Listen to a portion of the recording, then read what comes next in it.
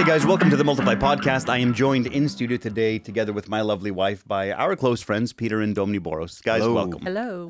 Hello, guys. It's so good to have you both in studio. Peter, this is your fourth time on the podcast, and you've been a regular guest. It's funny, man, because I had a friend of mine call me, Chris Sharkety, right? So Chris called me just a couple days ago, and he listens to the podcast, and as soon as I picked up, now I haven't talked to Chris in a couple of years, and it's a running joke between me and you. The first time I picked up, I was like, hey, Chris, how you doing? And he goes, hey, long-time listener, first-time caller. And so I told him about how you and I joke about that all the time. But yeah, it's you're our most frequent guest, I'd say, for sure. And we have many more things to talk about. We're just giving the people what they want, brother. Yeah, nice. It also helps that I live 10 minutes away. Yeah. There's also that. Never mind that. Jay edited that out. It also helps that we've been on a lot of adventures together. You've had a lot of adventures in your life and a lot of different journeys. That's actually what we're going to talk about today. Domni, it's your first time on our podcast. Welcome. Thank you for having me. So good to have you. Yeah. It definitely won't be your last time on. Oh, goodness. Let's see how today goes, and we'll go from there. We decided to class up the joint about Dominica on. Yes. She's definitely the classy part of the two of you. Yeah. And so today what I wanted to do is, it was actually your idea, Pete, yours and Domini's, which I thought was such a great idea, is to talk about marriage and kind of what our journeys have been like in marriage, what the Lord has done. There's so many different, obviously, couples in our churches that the way that the Romanian church is when you're 17, you're too young. When you're 18, you're too young. When you're 19, you're too young. When you're 20, how come you're not married yet? Yeah. Right. There's no real standard for what courting is supposed to look like. Like, you're supposed to just be like single and then engaged. Blossomable courting. Yeah, exactly. And it's funny because, like, you've been a youth pastor for many years, and so have I, and we've all been in youth ministry for many years. And so we know what it's like with young people where they can list off for us all the things that they're not supposed to be doing in courting, but they can't list off for us what a good couple is supposed to look like. You know what I mean? It's, as long as they attend church and they don't sin. Well, the absence of sin doesn't make a good relationship. There's more to it than that, And so It's like saying if I just don't beat her, we have a great marriage. Yeah, honestly. Right. I mean, it sounds ridiculous when you put it in that terms, but it's the exact same thing, honestly. Yeah. And so, what I wanted to kind of, continue in this conversation, the one that we had before we came on air, is I think it'd be great to showcase what you had suggested, which is what healthy marriage looks like and what that journey looks like, And so I kind of wanted to ask people who have listened to our episodes before, Pete, they know your background. But for the ones that haven't, give me a little bit of a synopsis of your background. And then after that, Domni, I'll have you do the same thing, which none of our listeners know your background. So we'll just for our listeners, so that way they can understand, did you grow up in a Christian household? Did you not? Were you part of the Romanian community? Were you a prodigal? Like, what was kind of your story? The whole story about the idea behind the podcast is Eddie and Samita did podcasts about their marriage, and they're like, we never really had a really bad argument. We never went to bed angry with each other. And I was like, Eddie, that's beautiful. And it's true. And it's true. It's true, yeah. And if I didn't know you, I didn't think it's true. Right. But I know you. Yeah. And I was like, but if you really want to do the subject justice, you have to interview someone like the rest of us who have thought about taking each other's lives.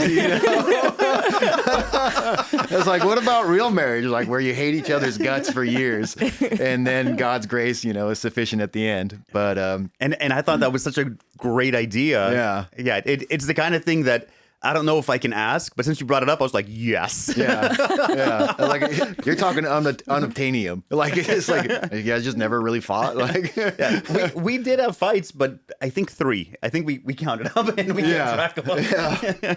I think we had 3 for me, it was like devastating. I'm like, oh my God, are we going to make it with those 3? It's awesome and beautiful. Yeah. A tremendous amount of investment and so on. But with it, we can definitely take a look at that. But that's not the average journey. No. Especially not within our community. No, regular, like the regular couple assumes, right, that you're going to get married and things are going to work out because we're Christian. Yeah. But marriage is work. Marriage is work. Young Yes, they young do. couples think that marriage is like the wedding's the hard part. Yeah. They're like, we got all this planning. this There's stuff. decorators and planners. Like, dude, that's the easiest part of marriage is the day you get Yes. married. That's Yes. that's the easy one, dude. No, the funny thing is that like people get into this mentality where it's like, well, and they get hung up on it where it's like, well, I got to pick right. And if I pick right, then we lived happily ever after. And it's like, dude, that's not reality. Yeah. Like picking is not 90% of the job. Unless you're picking somebody crazy, okay, then it's 90% of the problem. But short of that, dude, picking matters, yes, but the marriage is after you pick, you know? Right. Because how many young people are single and they're like, I just can't find anybody to marry, and it's like, well, you're way too picky. It's like, well, you know, they don't check all my boxes, dude. You figure that out on parcours, you know, like on the journey, you know. So My suggestion is always just pick a girl who can cook. That's like 90% of the stuff is right out the way. the It's way like, to a man's heart. like you can be as angry as you want if you come home to steak and kartoff and salad and you know. Gotta get over it. It's like, Food doesn't fix it. what was I angry about? You know? Unfortunately. When you walk downstairs and the house smells like homemade bread, it's like I can't be angry, you know. But to anyone who hasn't listened to any of my podcasts or any of my sermons, I grew up tremendously broken.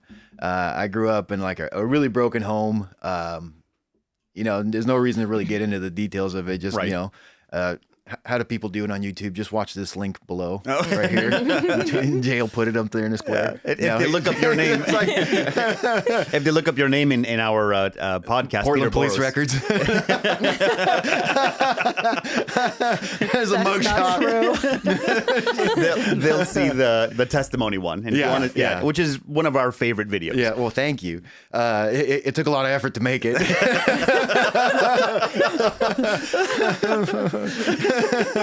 But no, I grew up unfortunately, like a lot of people, like I grew up in a really kind of a broken environment. Like Romanians have a great track record, like our parents generations of longevity in marriage, but not necessarily happiness in marriage. Like you just stay married no matter what. And if you ask most Romanian women why you stayed, they'll tell you because I didn't want to go to hell. Right. You know, and maybe there's some American listeners listening to that. It's like, that's just ridiculous. But I mean, that's it. Like Romanians take the death to you part till, that they take that serious. Like it's till death do you part. Like that's it, Yeah. even if it kills me. Which has its own pros and cons. Like it's good to not give up on marriage, but staying together isn't Not the only giving up. success. Yeah. Like we measure our success, like you said, by like our low divorce rates. Yeah. It's like, okay, but how do you measure like a happy marriage rate? Yeah. Yeah. Yeah. We've all known parents, when we were growing up as kids, we all knew other kids that their parents hated each other, but Oh, they yeah. stayed together. Yeah. Like they Right. slept in separate bedrooms, Yeah. hated each other, but they didn't want to divorce because they didn't want to go to hell. Yeah. And it's good not to divorce, but that doesn't mean that you shouldn't work on your marriage. Yeah. Right. We're going to stay married even if it kills us. Just because you're not divorced on paper doesn't mean you're not divorced. Yeah. Right. I mean, Like- a lot of people Seriously, yeah. divorced in their own like relationship, but they're like married. Yeah. But it's like you're not married. You just live together. You're a glorified butler and a glorified maid living underneath the same roof. It's funny Roommates. because because like you have so as pastors, right? We officiate weddings and we sign wedding certificates and we marry people. Well, there's two parts to the wedding, right? There's the spiritual part where we pray over you, and now you're married, right, in the spiritual world, and then there's the legal part, and it's like. People will stay together legally, but spiritually will completely divorce. And they're like, we're fine. And it's like, no, you're not. You're not Yes. fine, And that's the part that really counts. Yes. I'm sorry, but like that's your life. Yeah. That's What are you the going to living show part. to God? God, look at my Tennessee certificate. Yeah. I'm good. Like no. Sorry. So yeah. Oh, okay. But you're like you grew up attending a Romanian Christian community. Like In and out. So also, Jay, we need like a little bottle of Ritalin right in the middle over here so we can stay on course. I know I do. But by little he means yeah, Costco. Costco size. Yeah. Shout out to Cherokee Pharmacy, best pharmacy there is. But no, grew up in a very broken home. My parents were together. Always believed in God. I don't think there ever was a time in my life where I didn't believe in God, but it wasn't until after I was married that I believed I was actually saved. Like I believed fully that God is real, Jesus is his only begotten son, and as sure as this table's made of wood, I'm going to hell. you know? And so there was always just shout outs to God and prayers, but I didn't think it would actually avail to anything. Right. So in my brokenness as a child, I talked about it in my testimony, and I think it's pertinent to this, is I remember being like 10, 11 years old and thinking, I just can't wait to get older and get married and have a normal family. I even as a kid, like I'm Franklin's age, just think about your kid's age, and thinking like, we're going to tell each other we love each other. We're, you know, there's going to be no violence. No one's going to hit each other. It's going to be great. You know, but that was my standard. My standard is like, we're just going to say we love each other and we're not going to hit each other, you know? And from where you were, that was a chasm away. I mean, it was... Dude, just, you know, several years ago, we were hanging out with some people, not to try to rabbit trail, I'll get back to it. No, you're good. I was telling some people we're hanging out with, I was like, dude, we have such a good marriage. And we went home that evening, and my wife looks at me, Domini looks at me, she goes, you really think we have a good marriage? And I was like, what are you talking about? Of course we have a great marriage. She's like, why do you think we have a great marriage? I don't cheat on you, and I don't beat you. And we tell each other we love each other. And that was my standard. And this is like not a decade ago. Yeah. Like that was my standard. It's like, dude, we're winning. We're winning. Like I've never been unfaithful. I've never laid hands on you. Like, we're great. We're married. Like, you're providing. Yeah, you know, I got a job. I'm not addicted to anything. Like, dude, we're hitting all the boxes here, honey. Like, be grateful. You know? But it opened my eyes to like, there's more to marriage than my 3 standards of marriage. You know, all of the standards you listed were bad things that weren't happening. Yeah. And that's such a wild, because like our Christianity, the way that we grew up was, you're a good Christian if you don't sin. Yeah. Right? It's the avoidance of sin, not the pursuit of holiness. Yeah. It so bleeds into everything else. Me and Domni were just at a wedding in Texas at the beginning of the year, and the pastor had this sermon that I'm totally going to rip off. He goes, young people always go into marriage talking about what they don't want. He goes, let's talk about what we want. And I was like, whoa, that's good. Yeah. Like, what do you want? Like, what do I don't want? I don't want him to make under 6 figures. I don't want him to be short. I don't want him, you know, I don't want him to be fat. I don't want him, you know, like, but what do you want? I'm like, I'm not really sure. But I know what I don't want. And I know what I want when I see it. Yeah. Okay. You know, it was like, we were like hitting each other. I know. I was like, wow, I've never heard it preached like this. And it was awesome. It's like, what do you want? It's like, well, I don't know what I want. You know, $1 million. You know? Perspective. Yeah. But $1 billion. Yeah. With this economy, we're shooting Elon Musk status. We're going trillion. $1 trillion. Anyways. So growing up, I was like, man, I can't wait to get older and I just get married and we're going to have a normal life, you know? And then my childhood was just kind of plagued by all kinds of stupid things, right? Different addictions, drugs, drinking, stuff like that. You know, just regular broken kid hoodlum stuff, you know? Yeah. And I remember meeting Dominica, and I met her when you were 15 and I was 17. Right. You know? Her best friend had moved to Portland, and I was friends with her brothers. And you could tell we were up to no good, right? Like, so you knew her brothers before you knew her? No, I know her best friend's brothers. Oh, okay. My friend's brothers, yeah. Okay. He was friends with I was them. living in Portland. She was living in Riverside, California. The Valley of the Dirt people. The 909. The 909. Yeah. But, wrong side of the tracks. To all of our friends of the 909, we're not bashing it, sorry. Oh, I'm totally bashing it. Yeah, that's Riverside. I'm just thinking of George Purach, I'm thinking of all our friends. That's you know? right. Yeah. All my family's still there. It's 951 now. I'll have you know. They changed. They went up. It's pinkies up. It's fancy. But no, so we met when we were really young, you know, and we got married when we were really young, but she came up to visit her friend in Portland. And I remember they were all kind of joking with me. It's like, dude, my sister's friend's coming and she's cute, you know? And when I say she was 15, I seemed like a pedophile, but I was 17, okay? I swear. Right. I wasn't. We were both kids. So glad you cleared that We're up. both kids. Yeah, and also in our culture, in our community back then, it was totally normal for young ladies to get married at like 18, 19, and for guys to be like 20, 21. and then you just got married right at the end of your teens, early 20s, and it's very, very common. I mean, this is back in 1997. Yeah. Yeah. So 1997. We go way back. So The first pyramid was done. The second one wasn't completed yet. we all got in our covered wagons and left after our meeting.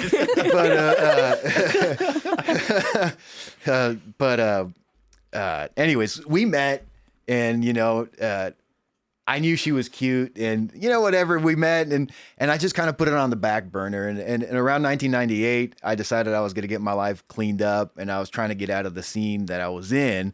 So I moved to California, to Southern California, to my sister's house, to just a change of scenery, just honestly, I was really trying to do better with my life, and I just couldn't do it around the environment I was at. Right. So I moved there. 98, you moved there. How old were you? I was 18. You were 18, and you moved into in your sister's house? Yeah, my sister's house. Yeah, like I talked to her, and they were cool, and they let me live there just for free, just kind of freeload over there, and just try to figure out my life. And there's bad people in California too. Did you know that? Dude? What? Yeah, you can find drugs in California. No, there's bad company there too. Other than the people we know, are there good people in California? So I moved there, and then I started hanging out kind of with the same crowd again. And Dominica came up, and I completely forgot about her. But I forgot about everything back then. There was a reason for it. But wait. So you left the bad crowd and moved to SoCal to get away from all of your bad friends. And then you happened to find all the same kinds of people. What's the common denominator? Some of my friends from up north were visiting me down south. Like, dude, Peter's in California. Let's go visit him, Let me introduce him to my friends down in SoCal. And here we go again. Yeah. So, I had a lot of different opportunities down there. I was a good looking guy, not really, but I thought I was. So I was just confident and, going around and, when you're in a Romanian community and you're the new guy, you're like the fresh meat. Yeah. Like, it's true. It's true. It's like, dude, all these girls, they're so interested. And then, I remember Dominica lived there, and like, oh, she's in Riverside. Well, we're in, proper Anaheim, and she's just like 45 minutes away in Riverside, Mm-hmm.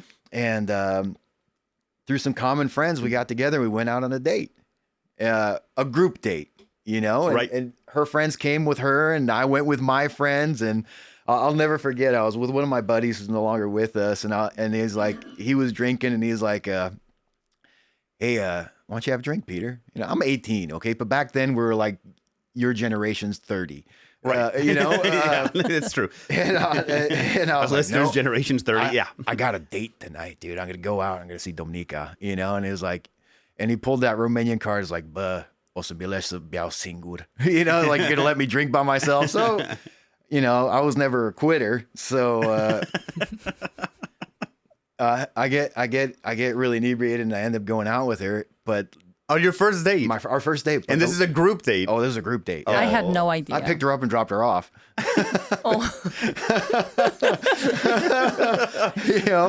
But it did calm the nerves. And my only saving grace is Domni grew up in a house. She was the oldest of 7 kids. And she didn't have a TV.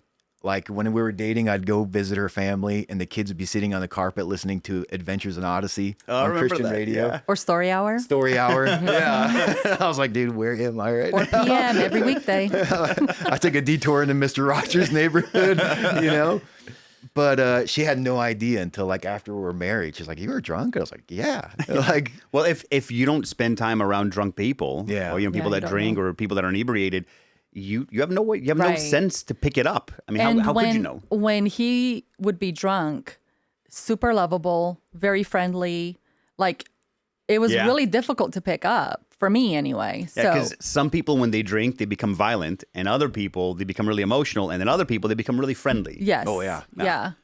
On the knife's edge of all those. I'm volatile, sober. Could go either way. It could go either way. You looked at me, didn't you? Come give me a hug. Hey, are you looking at me? Why does no one love me? Why does Yeah, you were talking. That's why I looked at you.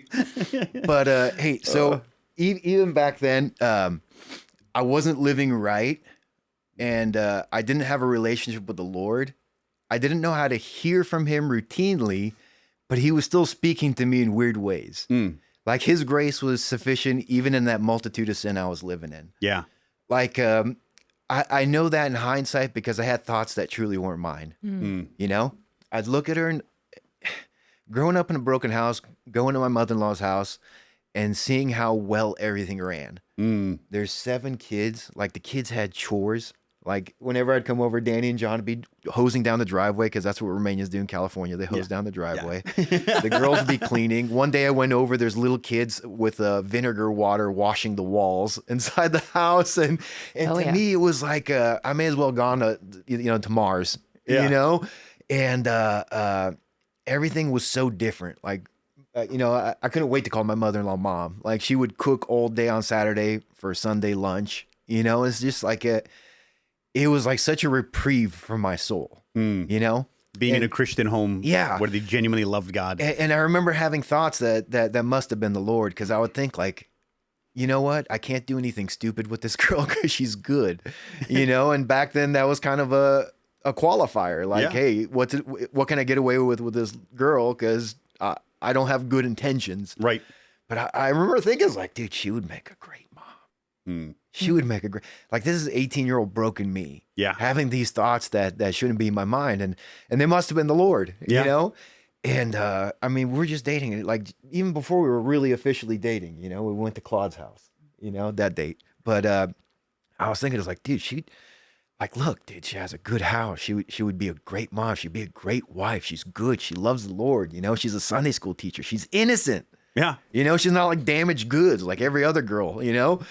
And I remember having those thoughts, and I remember we start dating, and I don't know where I was supposed to stop, but I'm just going with it. Oh yeah, like the importance of hearing from the Lord and stuff. Like I didn't know how to routinely hear from him, but he was still speaking. You know, I didn't have a surety of salvation or a relationship with him, but he was still good. Yeah, he didn't give up on you just because you were broken. Yeah, like God's constantly speaking to us if we'll listen. Yeah, and the way the Lord would speak to me in hindsight, that I look at it, I'd have daydreams that weren't mine. You know, I was taking a shower at my sister's house. I was going up to Portland for something, and I had this daydream that, you know, just my mind doing whatever, you know, the tism I have makes my mind do. But I had this kind of just this thought. I was like, dude, what if I go to Portland and I meet somebody along the way and they say that Domni is supposed to be your wife and they just prophesy in my life? How crazy would that be? You know, I go to Portland. One of my buddies talks me into going to a prayer meeting, and I have a prophecy that God has prepared Dominica to be my wife. Wow. Okay, I have no tact. I have no finesse in my life. I come home, we're dating for 3 weeks, and I was like, hey, we're getting married. Literally, within the month. He's like, by the way, we're getting married. And I said, you're crazy. Crazy or not, we're getting married. Like, I'm not getting married till I'm 30. How old were you at the time? 17. Yeah. That's wild, man. 16, yeah. actually. 16. I wasn't 17 She was 16, yet. yeah. She was a baby. I was still in high school. Yeah. So okay, but Domni was 16 and she was a senior. Right. Okay. She had to get a waiver to go to clinicals in college. All right. It's not my fault. You're smart. So this is your background and what your journey was like until you guys got together and received that prophecy. Domni, I want to know what's your background? Like, what was your journey like? Like, what were your thoughts when you first met Peter? How did you grow up? So she said, wow. Wow. He got actually. I mean, Peter, tell me, what was Domni's? She was thinking, who is this Why man? don't you tell us how I felt, honey? She goes, I never knew what butterflies felt like until I saw my Boaz. That's word for word, isn't it? Yeah, pretty much. Don't even worry about it. Yeah. Cut this mic. What do you need me here for? By the way, this is what 25 years of marriage looks like.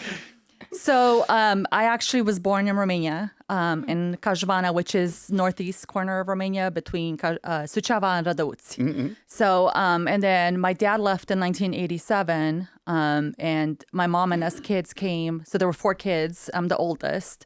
There were 4 kids at the time, and we came in March of 1990 to the States. And then 3 years later. 3 years later, yes. Okay. Yeah, so for people listening, they may not realize, you know, that this is a very normal story. Right. Where, because communism fell in 89. Right. And so your dad, like many dads in our parents' generation, fled the country. Yes. Yeah, because you weren't allowed to leave communist Romania. Right. You'd be imprisoned even for applying to leave. You're a deserter. Yeah, you're a deserter, yeah. And so they would paint you that way. So often dads would come to the States, work here, go through the legal process of, becoming a political refugees. Right. And in that process also apply for asylum for the rest of their family. Right. And sometimes it would take, several months. Sometimes it would take several years. Yes. And it was really a roll of the dice. Like my uncle spent 14 years until his family came. Wow. And so his kids grew up without a dad. But that's the roll of the dice. In your guys' case, it was 3 years. Right. That's still 3 years with no dad. Right. Yeah. Yeah. So the youngest of the boys at the time was John. He was 6 months old when my dad left, and when he saw my dad again, he was 3.5. Oh, wow. So he had no memories of my dad whatsoever. I actually remember waking up the morning when my dad and my grandpa and my uncles left, when we were still living in Romania. So it's kind of a crazy experience. So how old were you when your dad left? So I was 5. And then the next time you saw him, you were 8. Mm-hmm. That's so wild. Yeah.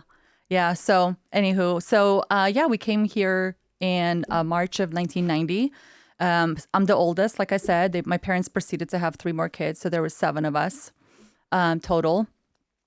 We ended up in Southern California because my dad would always say that's where the airplane dropped us off, and so that's where we stayed. It's perfectly sensible.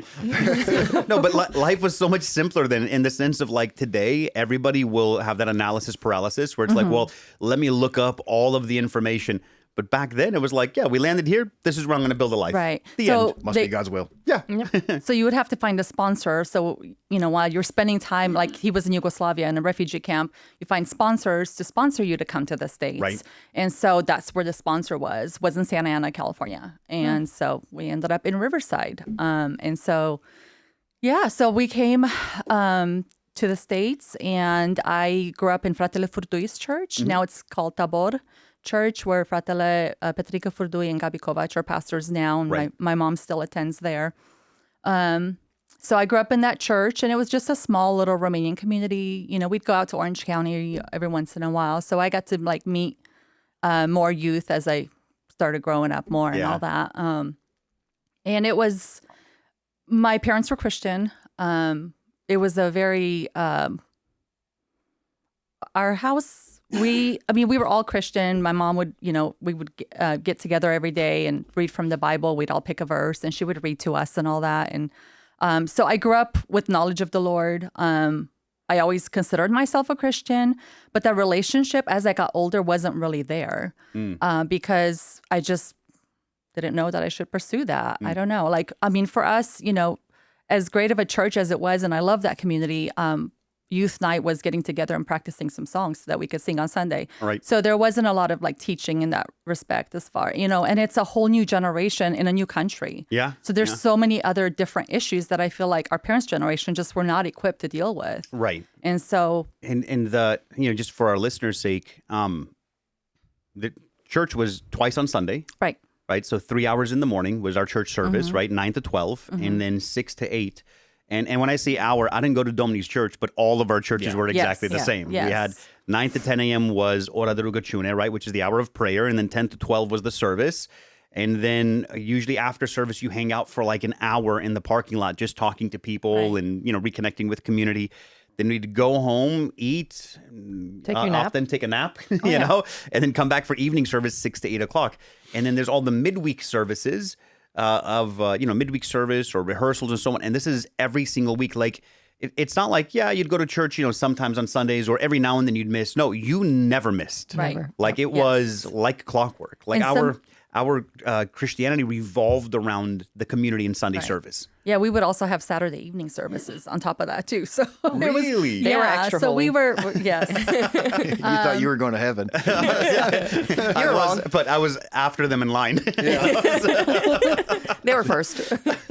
But honestly, the part of Romania where I am from is Right. a little bit more religious, more legalistic, and More so strict. a lot of don't do's, but not a lot of like, this is what this should look like, what your walk with the Lord should look like, and so that's how I grew up, was with that. And so it made it extremely difficult to really pursue that relationship with the Lord when I always thought of him as this big guy waiting for me to mess up so he could punish me. Yeah. And so I kind of grew up like that. And so, but at that church, I had met a friend, Alina, and in the meantime, she had older brothers. And in the meantime, she had moved up to Portland, Oregon, her and her family. And so she had invited me to go up there. I think it was for Thanksgiving, maybe, to visit her. It was cold. Yeah. And in walks Peter. And so, yeah. Did she talk to you about Peter beforehand? No. Oh, so it just... No. Yeah, I see. it just kind of happened. Oh, so he showed just up. naturally took your breath away. I understand. I got you, Pete. Okay, you say that, but okay. So look, kids, back in the 1900s, girls would go to the mall. And when girls went to the mall, they went to Owens Mills. True. Or Sears. Yes. And then you took glamour shots of yourself. And this girl mailed me a picture of herself, and she put a little note on the back. And I was like, I'm in. That's it. It's Yeah. He over. still has that picture. by the way. Proof. So yeah, so I met him. I just thought he was really funny. He was like super lovable, just kind of, the life of the party. And, we didn't do anything stupid or anything like that. It was just, I liked him. I did. Went back home, just kind of like went back to school and did all my stuff. And then he calls me one day, and it's like the following year. He calls me. He's like, by the way, I moved down here. Would you want to meet up at some time? And I was like, okay. And a bunch of our friends had gotten together. So we had friends in common because of my friend. He called you on your cell phone, right? Yes. When did you have your first cell phone? After we got married. Oh, yeah. Yeah. Our first Christmas as a married couple, I got a cell phone. Yeah. Right. Yeah. This is the 1900s here. So, and, growing up the way I did, especially in my relationship with the Lord, I feel like there wasn't a lot of standards set there early on. And so I feel like there were compromises that I made that maybe looking back, I shouldn't have. Not that I regret making the choice I made Right. or anything like that. But it's, sometimes I ask myself, like, how did I make some of those? How was I okay with some of that? Even after I found out that he was like drinking and all that. And it's because I didn't really have a relationship with the Lord that I should have. And so there was a lot of compromises that I was just like, oh, we'll just overlook that. It's no big deal. And when it really was. Yeah. Yeah. Or the remaining mentality, as long as no one finds out. Yeah, pretty much. That's how I grew up, though. Honestly, like nobody says it like directly, but that's the mentality that gets pushed out there. What are people going to say? Yeah. What if somebody finds out? What are they going to say about us? What I found, because I thought it was like a Romanian Christian thing. No, it's even a Romanian secular thing. Like in America, we have, the Joneses next door. Yeah. In Romania, it's what are people going to say? Yeah. So like I remember Ștefan Lepădat would talk about this, where he'd be like, man, he goes, I'd go out and I'd buy this like really expensive suit, Ștefan, really? Yeah. For those of you that know Ștefan, you know that the man's Dresses fancy. The man dresses fantastic. Yeah. And I'm not making fun of him. I'm kind of jealous. Yeah. But he's like, man, he goes, I'd work in like a precast foam trim around windows, right? He goes, I'd work like a dog all day. I had this car that was a convertible, right? And he goes, but it was a total hoopty, like it was a total mess. He goes, we would jump in, over the doors, Dukes of Hazzard style. Yeah, Dukes of Hazzard style, And I was like, oh, to look cool. He goes, no, the doors wouldn't open. He goes, you didn't have a choice. You had to jump in over the doors. He goes, but the suit we spent he goes, I spent like hundreds, if not, over $1,000 on, and I'd park down the street so no one would see me. But, you had to like look really good because the mentality was always, what are people going to say? You have to look good. So even if you drove a hoopty or you lived in a junky place, you have to present well. And that's the Romanian mentality that's bled into our Christian culture. But even the communist mentality was the same.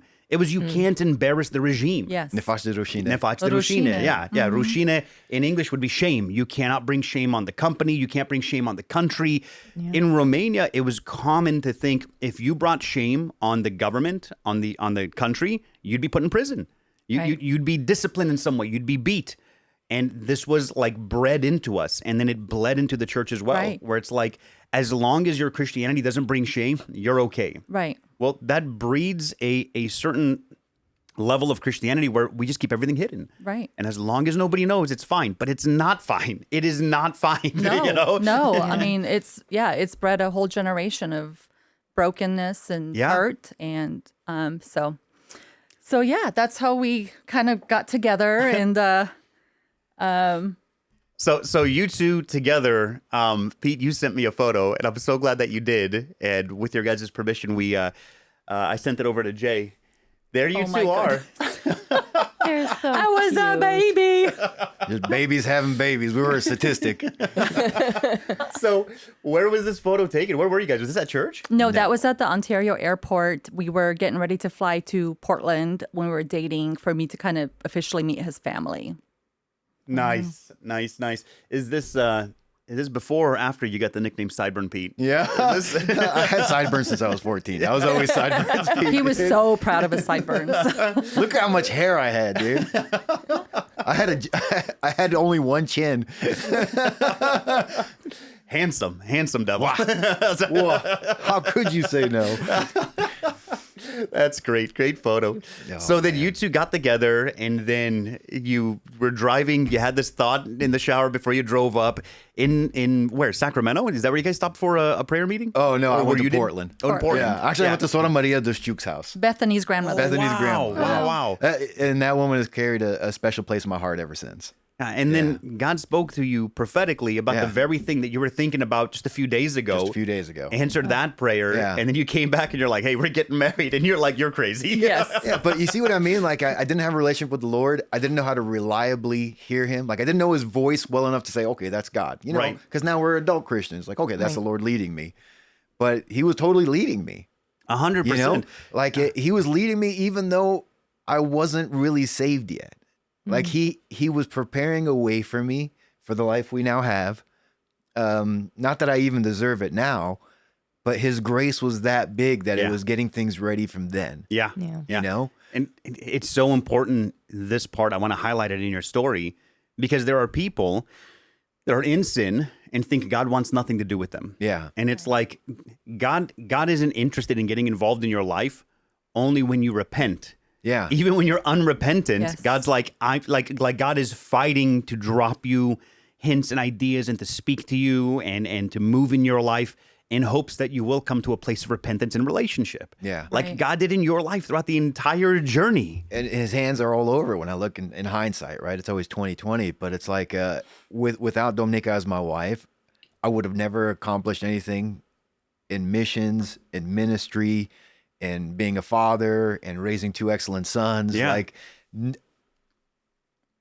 nothing would be the way it is now without her. Yeah. So it wasn't like, I'm preparing for you a good wife and she's going to know how to cook and you'll be well fed and happy. No, it's like, this is crucial. Yeah. You need to marry this woman because she's not just a part of, but like the key to the success in your life. Yeah. You know, and that's really just the long and the short of it. And, you know? and God's led you through those steps. And in that same way, to all of our listeners, if you're in a place of brokenness, God has the same leading, even in your life, where he wants to lead you towards places of restoration and healing and transformation. If you didn't grow up broken and you grow up, in a Christian household, right, where you grew up your entire time, attending church and all of that, but you don't have like, I remember young people telling me, man, I wish I had a story. I wish I wasn't a prodigal. I did everything right. And I wish I had a powerful testimony. And it's like, look, you can still have a powerful testimony. It doesn't mean that you have to go into sin and then come back so that way grace may abound, right? Like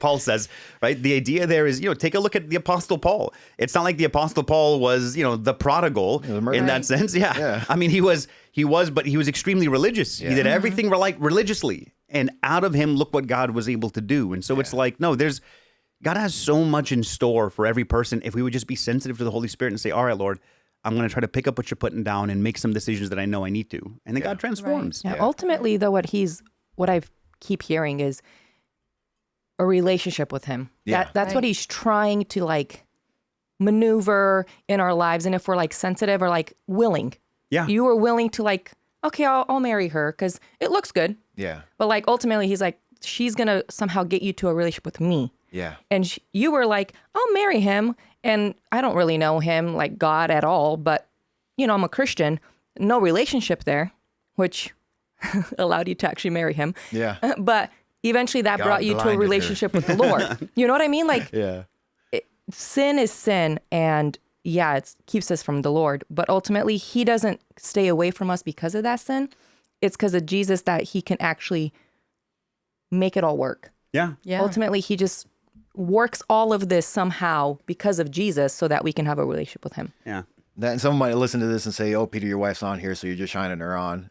No, having a good marriage is the most important key to success in everything in life, in ministry and everything. If you have a bad marriage, everything flowing from you is going to be bad. And Simidan, I know Domni, you're not shining her on. Thank you. People who know me is Sometimes he like, your does a wife little must be a bit, saint. but- And I was like, you have no idea. And also, just like a disclaimer, just because God did this for us, don't keep dating that girl or guy who was not right for you because God did it for Peter and Dominica. Like, That's a really good point. Don't walk away with that mentality. It's Right. like, Yeah. I know he's not right with the Lord, but look what the Lord did for Peter and Dominica. I was like, listen, this is like not like lightning hitting one place likelihood in one, hitting the same place twice.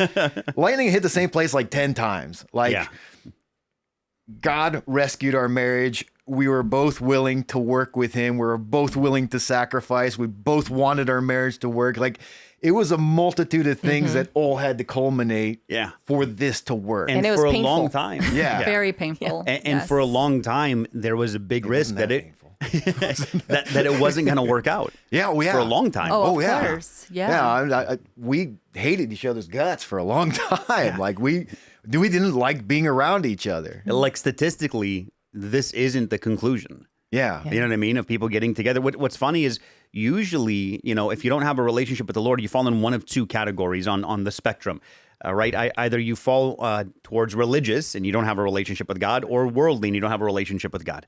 And what's funny is from both sides of it, where you had all the right actions but no relationship, you had all the wrong actions and no relationship, and God was able to not just restore, heal, and bring into relationship you, Pete, but both of you. Right. Yeah. 100%. And it's so because important to God catch used that. that situation to to start my relationship with the Lord and really pursue that, and that forced me to do that in a way. It forced you. Right. Yeah. But I remember we were dating, and I would learn things about him, that he was drinking and stuff. And I just remember thinking, that's okay. We'll get married and I'll change him, Yeah. which is terrible. A lot of people think that is that. a terrible idea. But I really believed that in my young brain, we'll just get married and everything's going to be fine. Yeah. And honestly, get married, have a baby and a mortgage, and things get a lot worse. Yeah. Yeah. That's the truth of it. It's just to that mentality, because often younger ladies will have that mentality of, well, I'll just change them. Right. It's a very common trope. We've heard it a million times. And the thing is nowhere in the Bible does the Lord say that it's my responsibility to change this person. Right. Yeah. It's my Yes. responsibility to love them. It's God's job to change them. 100%. Right. And so it's like, it's not my job to change my spouse. It's my job to love my spouse. It's God's job to change him. And if we could have that mentality shift, then what ends up happening is I end up not being stressed out because I can't be your Jesus. I end up surrendering you to the Lord, and then God does the work. Yeah. Right. No, that's wonderful. So you guys got together. You told her you're going to marry her. What happened from there? You guys got married, and then you lived happly ever after. And here we are. Well, Thanks for joining us this week. We're that's that.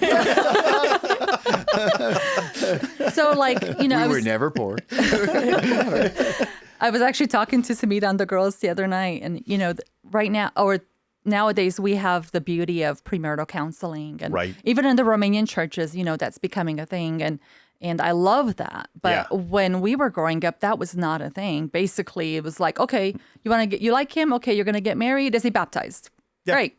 It Okay, was you guys can taboo. get married. It was taboo to have premarital counseling. If you told people you had premarital counseling, I Yes. remember when I first started doing premarital counseling, right? And you and I would talk about it, and people would be like, "Oh, they're having problems." Already they're having problems. They're not even married. I knew it. It was very like I remember the first young couples that asked me for premarital counseling. They were like, "Hey, but let's do it in secret. We don't want anybody to know that you're getting counseled on how to have a healthy marriage. This is crazy." Right.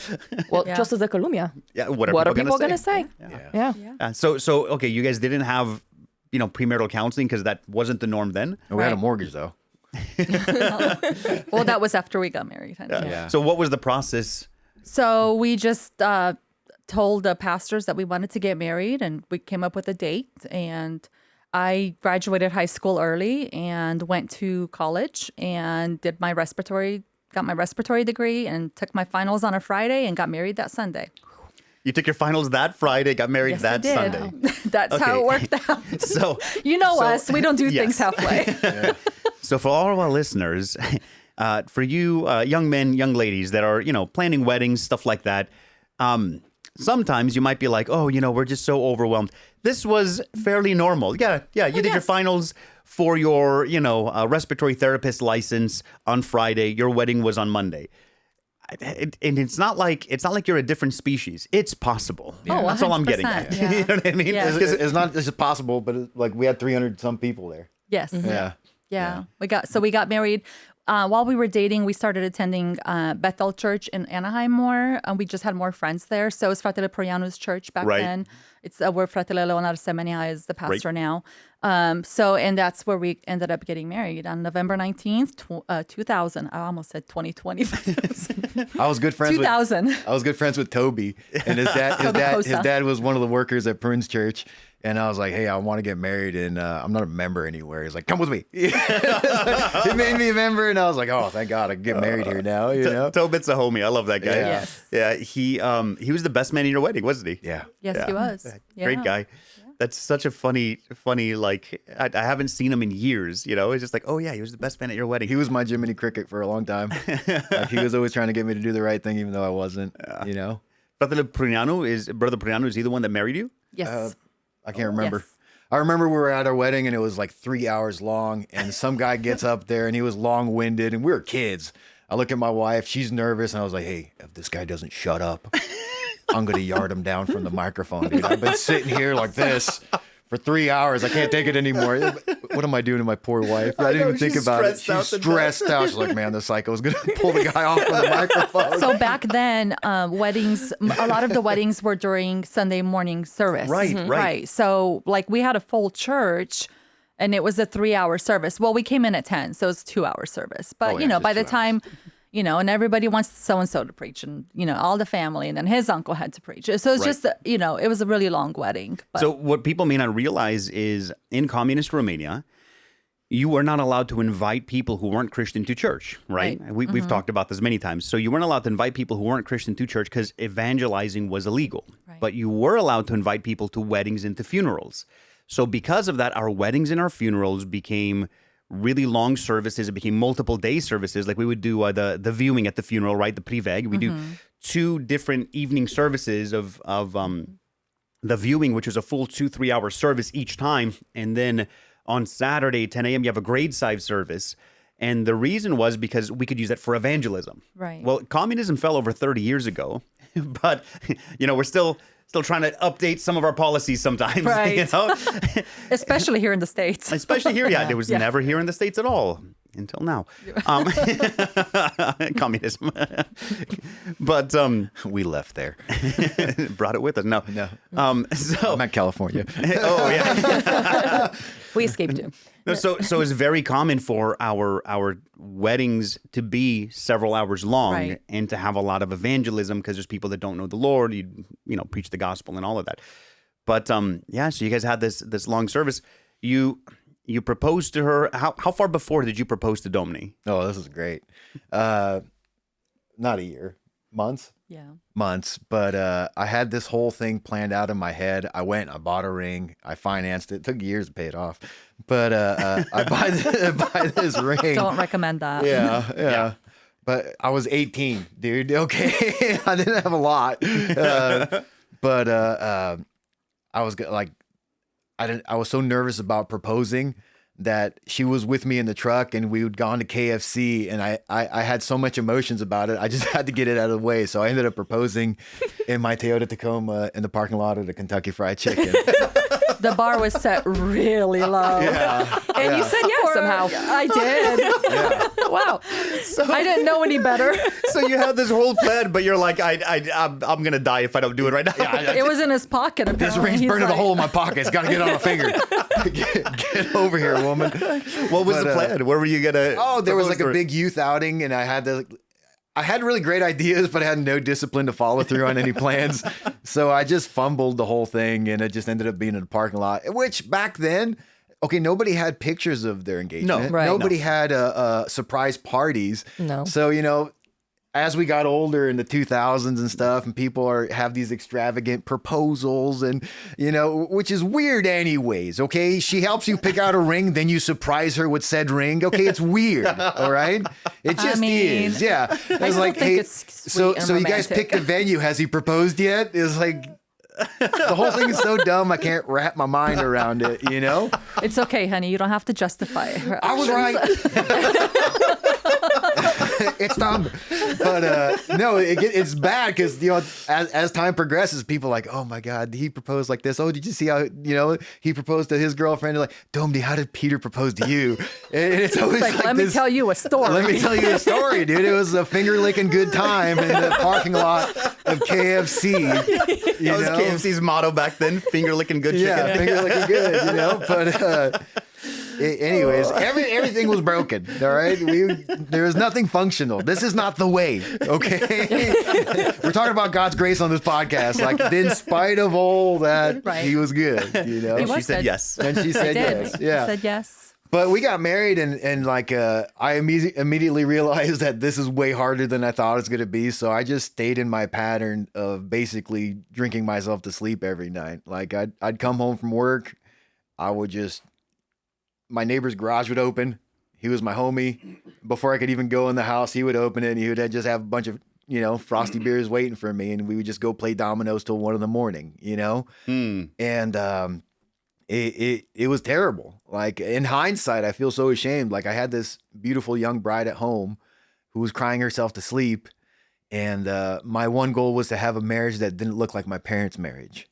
And the biggest offensive thing my sisters could have told me when I was growing up is like, you're just like Dad. And I disliked them so much. I was like, the most hurtful thing, but patterns were repeating themselves. And here I am, like, I might not be cheating on her. I might not be beating her, but I'm completely abusing her in the sense to where I've abandoned her. I have this stunning young bride. I mean, she's beautiful, and she's at home alone, and I'm choosing to live in these hood rat ways and just drink with my neighbors and my friends and do stupid things. And I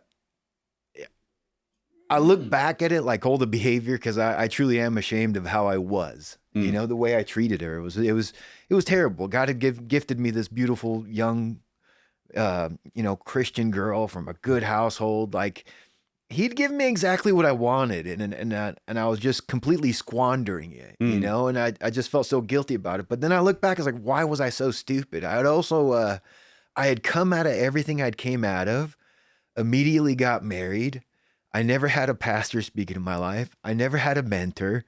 Like, I went from extreme hurt to addiction to marriage, and then had to figure it out, and never addressing any of my issues along the way. Right. I just like, well, that hurts. Just start shoving it back in the back of my head. It's gonna bury that way down. Bury that way down. I got to work 7 days this week, And things came to a head eventually. In that lifestyle. And so from what you expected, Domni, and then what you received after marriage, what was that part like? Because I know she was looking for the receipt. I know your story because we're such close friends. Yeah. But what was it like for you? Being a young girl in your late teens, married. Peter knew what he grew up with and what he saw in family. You knew what you grew up with, Right. and it was not what you had now. Right. What was that like? It was heartbreaking. I remember after we hadn't bought the house in Corona yet. And I remember we had this like big blowout. I wanted him to go to church with me. And I ended up going to church by myself. And I just remember like just being heartbroken and just devastated that I was like, I thought we were going to get married and everything was going to be great, in my young brain. Yeah. And it was devastating to me. And I was just like, I would just pray, about him. And I remember I would always pray that God wouldn't listen to him. Just, what's dumb stuff that he would say or things, like, justifying his actions. And I'm just like, God, don't listen to him. Just don't, And it was devastating. And then we got pregnant and we had a baby. And as you were well. how old? After I was we were 19. married. Yes. Thank you for clearing that up, honey. We got 19 with a baby. With a baby. Married in a very difficult right. first step into marriage. Yeah, and I had so much shame around it as well. Coming from, how could I allow this? You know, there was shame around that, and like, how could I be okay with this? And at the same time, covering for him because he's my husband, and I don't really want people to know what he's really like. And that's like, I feel like that's always kind of been a thing for me with him. It's like I always, you know, he is the way he is, but he's mine. And you don't get to say anything about him. Yeah. You know what I mean? And even with my family, like it was, you know, and they would see it. My mom would see it. My siblings would come over and see, you know, some of the things. And, but I would just pray and, and then we had the baby and we had Peter Jr. and that was just magnified everything more. And we had some friends that were married couple, and so they would do things together, drinking and all of that as well. And they lived close by us. And so it was just not a good situation. So when he came up with the idea that he wanted to move back to Portland, I was all about it. Because you were now kind of in the same shoes that he was when he left Portland. Right. We were like, we need to get away from this. Yes. I was like, maybe if we move up there, you know, things will get better. And so when he was like, I really would like to go back up there and maybe open an elder care facility. That's what his parents did. I was all for it because I was desperate to do anything that would bring a change. Yeah. And so when Peter Jr. was 8 months old, we moved to Portland, Oregon. So that was July of 2022. That's that wild. we moved back to Portland, Oregon with him. July of 2022. 2022? Yes. No, 2002. 2002. 2002. I'm sorry. You're okay. Yeah. I was like, that wasn't 4 years ago. No. You were living here. No, he was. Yeah, it was July of 2002. Yeah, July of 2002. And so you guys move up there, and what's really neat about this place in your guys' story is you, Pete, come from this broken background, and you got what you wanted, right? This wonderful lady, you have a family, right? And so you have what you wanted, but you're still swimming through all of the brokenness that you need to deal with of your past. Yeah. You know? The best way I knew how to. The best way you knew how. So you're using the tools that you had. Yeah. Because that's all you had. Yeah. How can you use tools you don't have? All you can use is what you have. Same thing with Domni. Right. You're sitting there and you're going, well, I'm not going to bring shame on my family. Right. I'm going to pray because that's all I know how to do. And those are the only tools that I have. And so I'm going to use those tools. But when we strive with whatever tools we have, progress can be made. Right. And, it's like looking at the, you have two sons, I have two sons, right? And so I look at my boys, and when I'm working with something, you sent me a video the other day of you had bought this steel nibbler, right? And I'd always wondered about those tools if they cut that straight on the line. And you're like, hey, man, check out this tool. And you sent me a video because whenever Pete buys a new tool, he'll just send me a video of it. Yeah. I'm too stupid to text, so I just send videos. It works out perfect. Yeah, it works out great. And he's like, dude, look how well this cuts.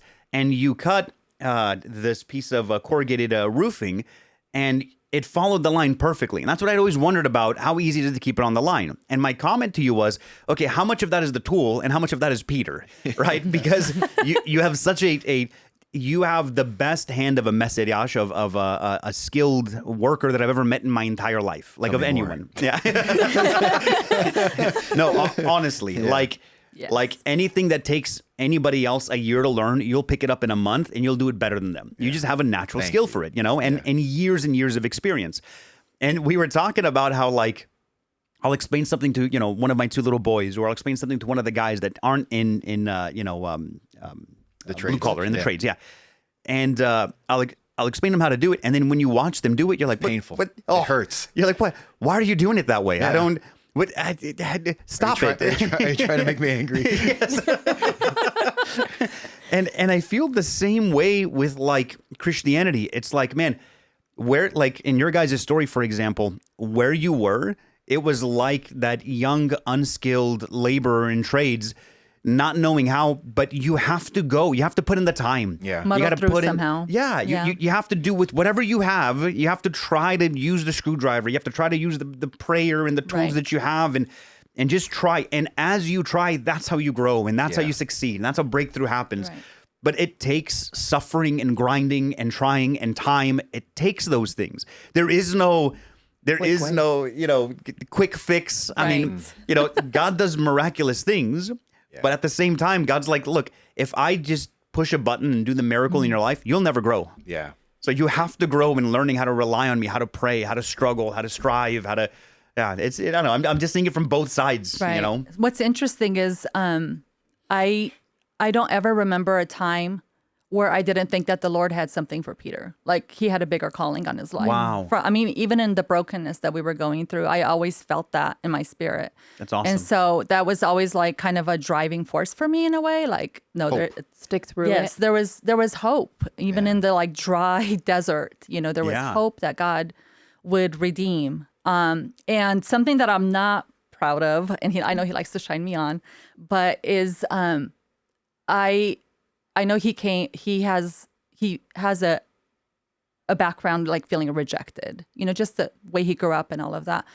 And I would just add on to that because I would see a problem and I would try to control it or micromanage it, and in turn made him feel rejected. And I'm his wife and he's feeling rejected by me because I don't agree with what he's doing. So I have to tell him about it, because how is he going to know if I don't tell him about it? I didn't already know I'm an idiot.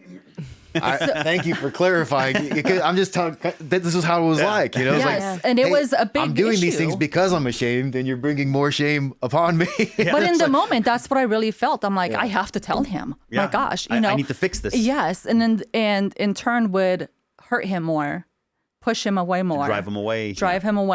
Make him feel more rejected, which is terrible, especially for a married couple.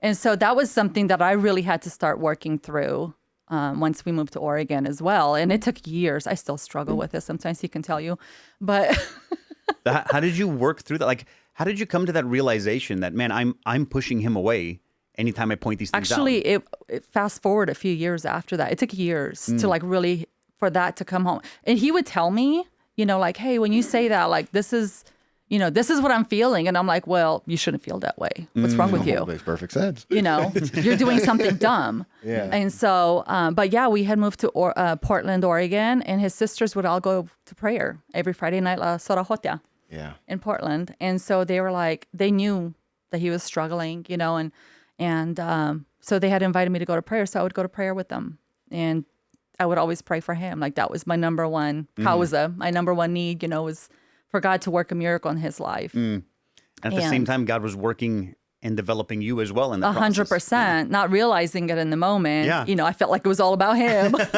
If he could just get his act together, everything would be fine. Yes, everything would be great. It ain't too far from the truth. It's not too far. So she's going through that. God's opened a door for me from an old friend I grew up with. I talk about him in my testimony, Bub, Right. I go to his house. He starts discipling me.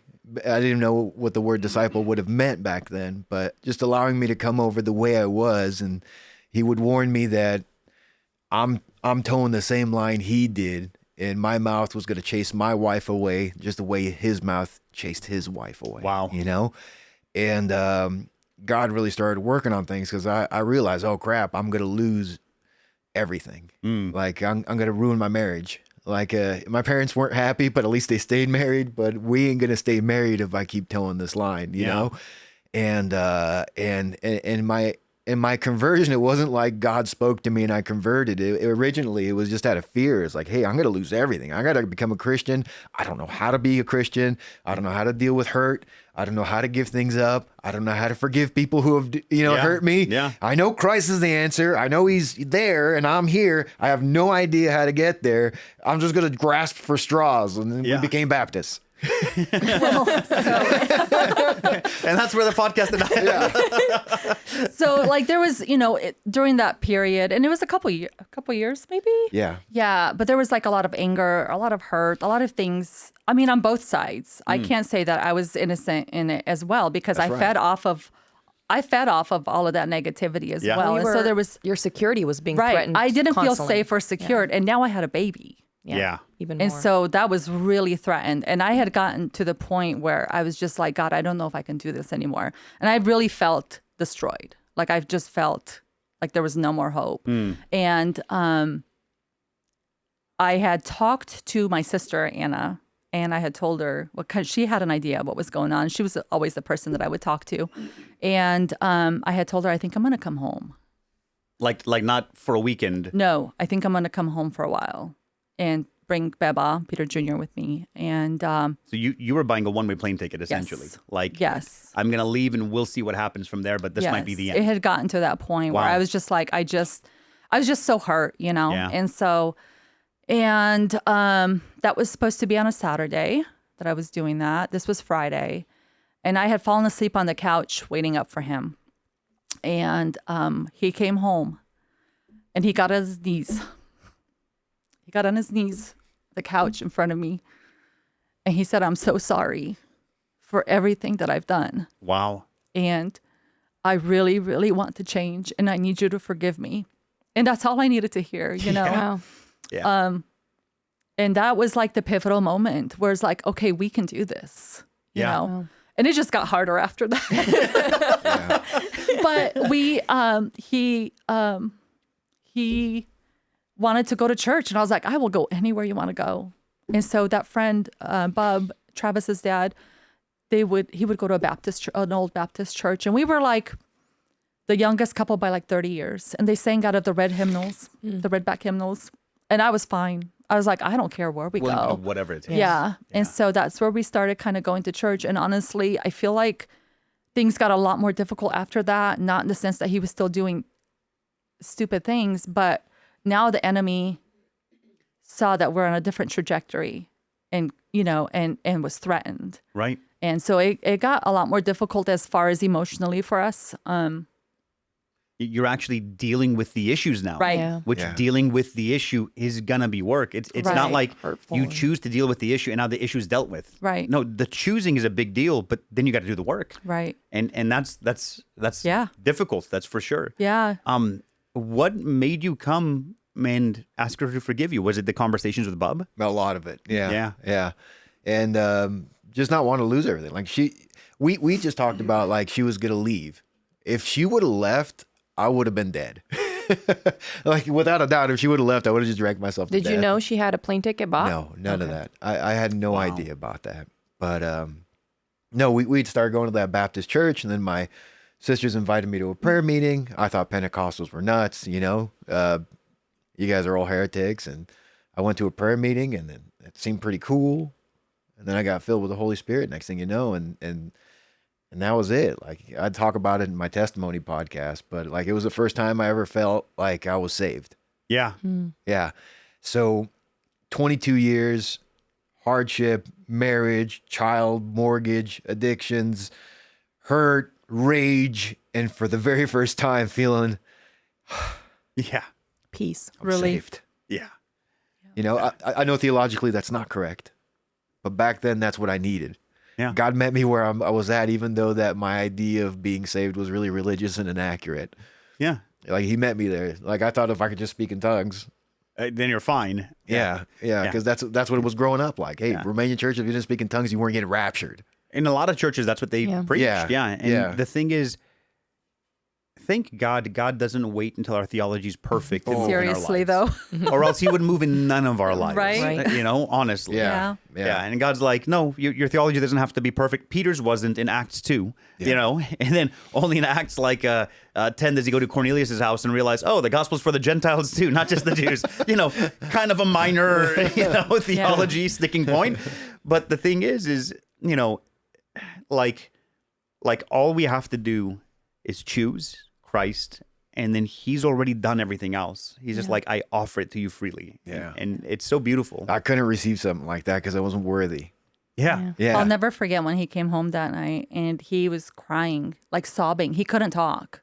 Wow. And he was trying to explain to me. And that lasted a few days where he was just so overwhelmed. And I think it was literally the Lord, you know, working stuff out in him. Yeah. But it was like the hurt and the rejection and everything. It was, I look back now and it's like, wow, how awesome is God? You know? So good. You know, I'm So- like sitting here thinking like healing, people think healing when it comes, it's going to be like this euphoric thing. And Right. so, but it's like healing takes like sometimes you have to like reopen wounds so that God can bring actual healing to things that are like dead or really broken, reset things. So healing can hurt. Yes. You have to do the work to get to the healing and to allow God to get to those places where you've been ignoring and pushing down for so many years, or you didn't even know some of those existed in you. Right. And then new ones were being caused. And it's like, it's going to cause some pain to bring healing, but it's so worth it in the end. Because otherwise, without that pain, the healing doesn't come. Right. Yeah. Yeah. And all healing, all forgiveness goes through the process of confession and then repentance. And so the confession is difficult. Yes. It's difficult to take ownership, to be like, I suck. Dude, that hurts. It sucks that, I'm broken. I'm hurt. Especially when it's stuff that you had no control over, like out of childhood, where it's like, I didn't do anything wrong and these things happened to me. Why did you let them happen to me? Like, those are hard questions to have to face. So there is a pain on the front end, but it's kind of like cliff jumping into a river, like off of a rock. Like, it's really hard until it's not, like jumping off a diving board. Like, in your head, you're spiraling and you're like, I can't let go of this rail and so on. But once you do it, there's just such a freedom on the other side where you let it all out. And then every single time, like, the fear is what if I jump and God doesn't catch me? What if I jump and what if I admit this and then everything just gets worse? At least here, I'm on, level 7 out of 10 of pain. But if I admit it, I might be at 10. And then God, And that's where the thing comes in is, do you really think that God, do you really trust God? Do you really believe that he's good? Do you really believe that he loves you? And if you do you believe that he's able? If you do, then you'll be willing to jump. And if you're willing to jump, then God will deliver and catch and restore, and then begins that process. What a wild journey this has all been. So from the Baptist church, we started going to a Word of Faith church. Okay, so what is this Complete for our opposite. listeners? We know what it is, but for Pretty our listeners. charismatic, Yes. as you say everything with your mouth and Name it and claim name it and claim it. Prosperity style. Slain in the spirit. I was a and- catcher. I had to learn how to catch the fallen ladies to do it properly. Yes. And then Right. Dominic come by with a little blanket. Modesty blanket, This is for people that are slain in the spirit. And Oh, then- yeah. Yeah. 100% goofy. Yeah. Yeah, it's goofy. Yeah, which is not our theology today. Right. No. Yeah. So, we started going there, and that's where I honestly, as goofy as people might think that church was, It was goofy. it was where really God started speaking to me as far as like really deepening my relationship with him, pursuing the relationship with him, really knowing who he is as my father, and what he wants for me and for us as a family. And so that was kind of where like that really started. Yeah. I remember that was the first time Peter actually spoke in front of a church, and realizing the gift that the Lord had put in him in that regard. Do you remember that? True story. Pastor had diarrhea. Do you have this? We're just being transparent here. Pastor looks at me. He's sweating. He's like, I got to go to the bathroom, dude. I'm not going to make it. Get up here and improvise. And that was the first time on stage. Yeah. Wow. And it was awesome. I was like, oh my gosh. You're like, I didn't know this could happen. Yeah. Yeah. Yeah. Which knowing you, Pete, if he told you a week in advance, Oh. it would have been so much worse. It would have been worse. yes. God works Yeah. in mysterious ways. Sometimes it's indigestion. He's like, I'm going to bring this gift out of Peter. First, I got to give his senior pastor diarrhea. He's drawing out the gifts. The audience was easy. We were on 82nd Avenue. It was mostly homeless people getting in and out of the rain, you know? But we had there was quite a few Romanians that went to that church, and Yeah. so we kind of were still in the community a little bit, Oh, very cool. And so from there we kind of ended up going back to the Romanian church, and that's we had Isaac in the meantime. That was extremely difficult period in our lives. I had a lot of health issues with that.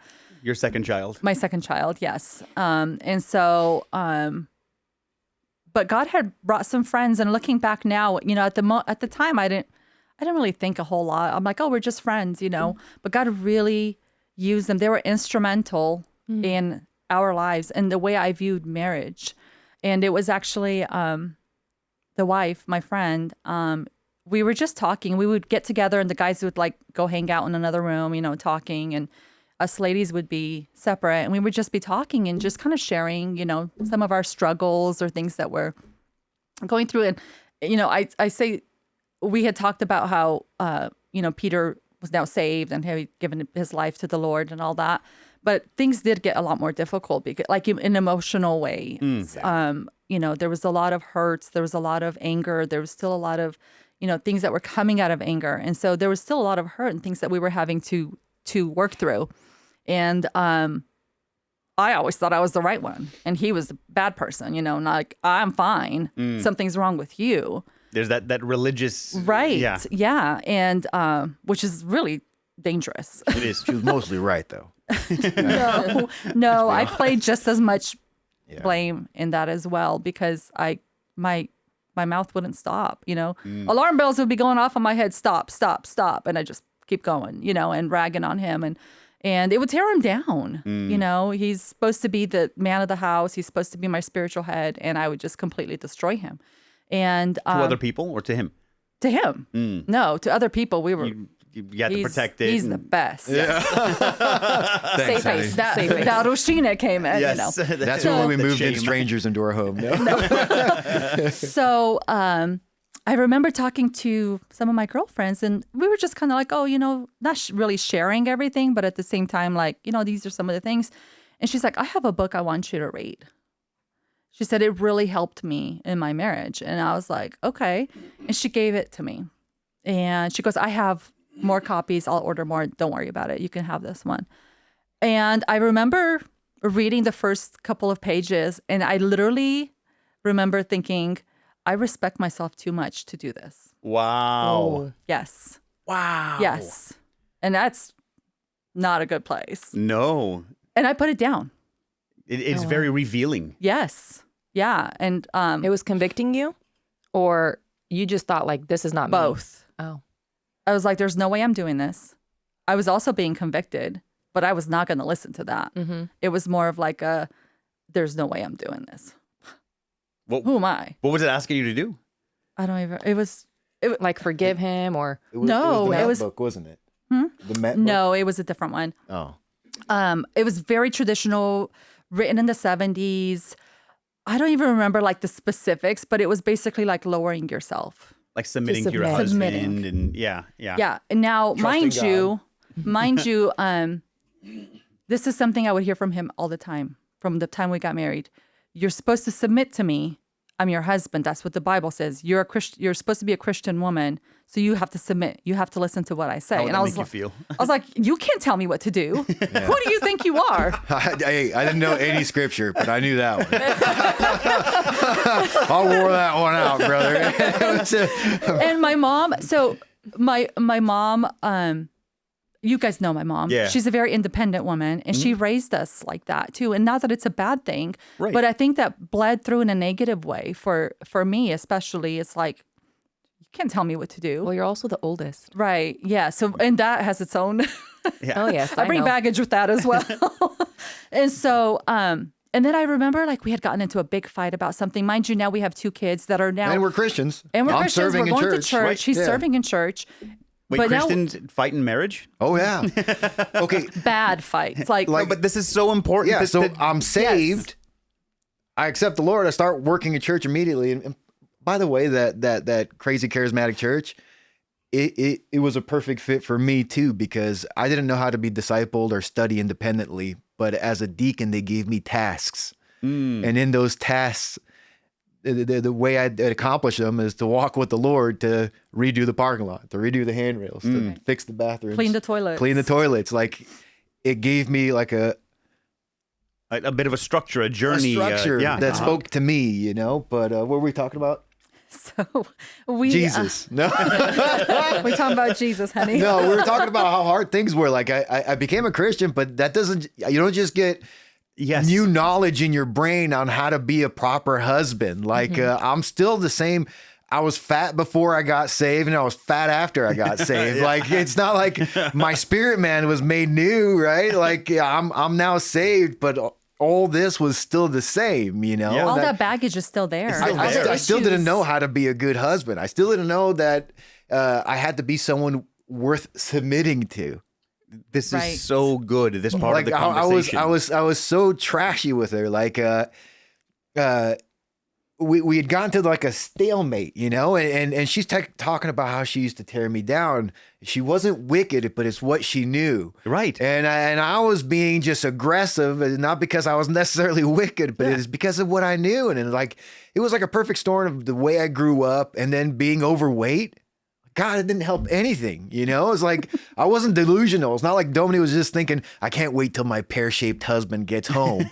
You know, it was like, you know what I really love about Peter? How his hips are wider than his shoulders, you know? That is really attractive. Like so people don't realize you were how many pounds heavier? I was way heavier, okay? I was a 85 metric pounds, ton. maybe? 85 pounds more. Yeah. So I was fat, dude, okay? And so that, I knew I was fat. Like, so I knew I wasn't bringing a lot to the table. So I was already like really insecure. So she was also working at a hospital. She's talking down to me. I'm insecure. And I was always jealous, like insanely jealous. Like, surely she's going to go to work.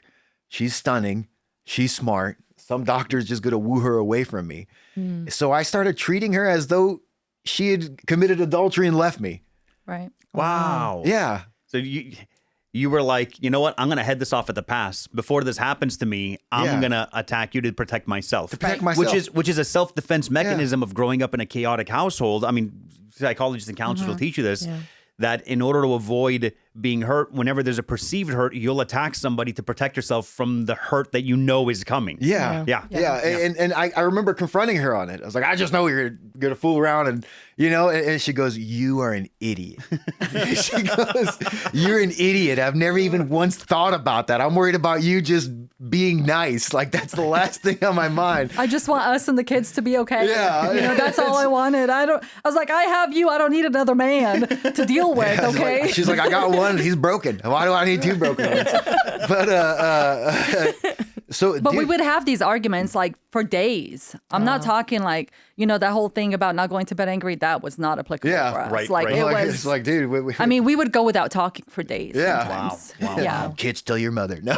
And our kids were privy to all of this Yeah. too. Like imagine it was. They weren't in somebody else's house. No. They were there. Yes. Yeah. And I was falling in the trap of becoming that Christian whose kids grow up to say, like, Dad preached one way at the pulpit and was a different way at home. Like, I felt like the devil had an assignment for our marriage, and it wasn't what it currently is. You know. So Right. you were still sharing words at church. You're still Christian. And you were a genuine Christian. You guys both were. And the most hurtful thing is if she would call me out. She goes, "How dare you preach?"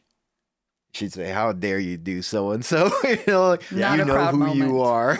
You know, But it's true though. Yeah. And Well- the part that I hurts can't be isn't the only one who looks like an idiot. Either. Come on. no, the part brother out. that sucks is not so much that you say it, but that it's true. Yes. That's the part that hurts. And our kids were now, it wasn't just me seeing that, it was our kids. Yeah. You know, and Peter Jr. was like already 6, 7, 8 at Wow. the time. Like he was realizing things, you know? Yeah, and don't get me wrong, it's not good to say it and so on, but the point is just because you get saved, it doesn't mean that there's a automatic teleportation to Right. health. Yeah. Right. There's a journey, and you have to do the work, because it's not like God was automatically taking you through hardship and then you guys were automatically becoming better. No, you have to do the work. Right. Yeah. The work is still there. Yeah. So biblically, it would have been my job to put things together, right? Like, I'm supposed to love her as Christ loves the church. Right. I'm supposed to prepare her, wash her in the Word, make her spotless and without blemish. That's you what know, Ephesians says, yeah. Like, what's Ephesians say? So you get ready for marriage, right?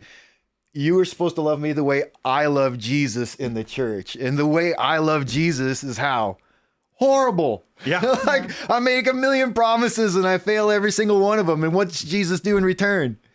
He loves me perfectly. And he's telling me in my marriage to do the same thing. Like, when she's difficult, just like when you're difficult, Peter, do what I do and love her in spite of her being difficult. Right. You know, you going to read it right now? Yeah. Okay. No, go It's- for it. Ephesians 5, starting at verse 22, it says, "Wives, submit to your own husbands as to the Lord, for the husband is the head of the wife, even as Christ is the head of the church, his body, and is himself its Savior. Now, as the church submits to Christ, so also wives should submit in everything to their husbands." So this is the command to the wife, right? Which in the relationship all throughout Scripture of Christ as the groom, his bride is the church. Yeah. So the wife is representative of the church, and the man is representative of Christ. Is exactly what the verses are saying. Think about it in a role situation too. Right. You know? Right. And then here's the husband's role, right? And it says, husbands, love your wives how? As Christ loved the church and gave himself up for her, that he might sanctify her. How? Having cleansed her by the washing of water with the word, so that he might present the church to himself in splendor, without spot or wrinkle or any such thing, that she may be holy and without blemish. In the same way, husbands should love their wives as their own bodies. He who loves his wife loves himself. For no one ever hated his own flesh, but nourishes and cherishes it, just as Christ does the church, because we are members of his body. Yeah. Yeah. So it talks about, right? Because I just wanted to read the verse that you were, unpacking about how, go ahead. Yeah, because I wanted the first part of the chapter. Yeah. Yeah. You wanted the verse about her submitting to you. Yeah. But how common is that in our Romanian community? You hear it all the time. Hey, I was talking, okay? How do you read that scripture one more again? Bring it back. Yeah, no. I didn't want to do the second part. Yeah.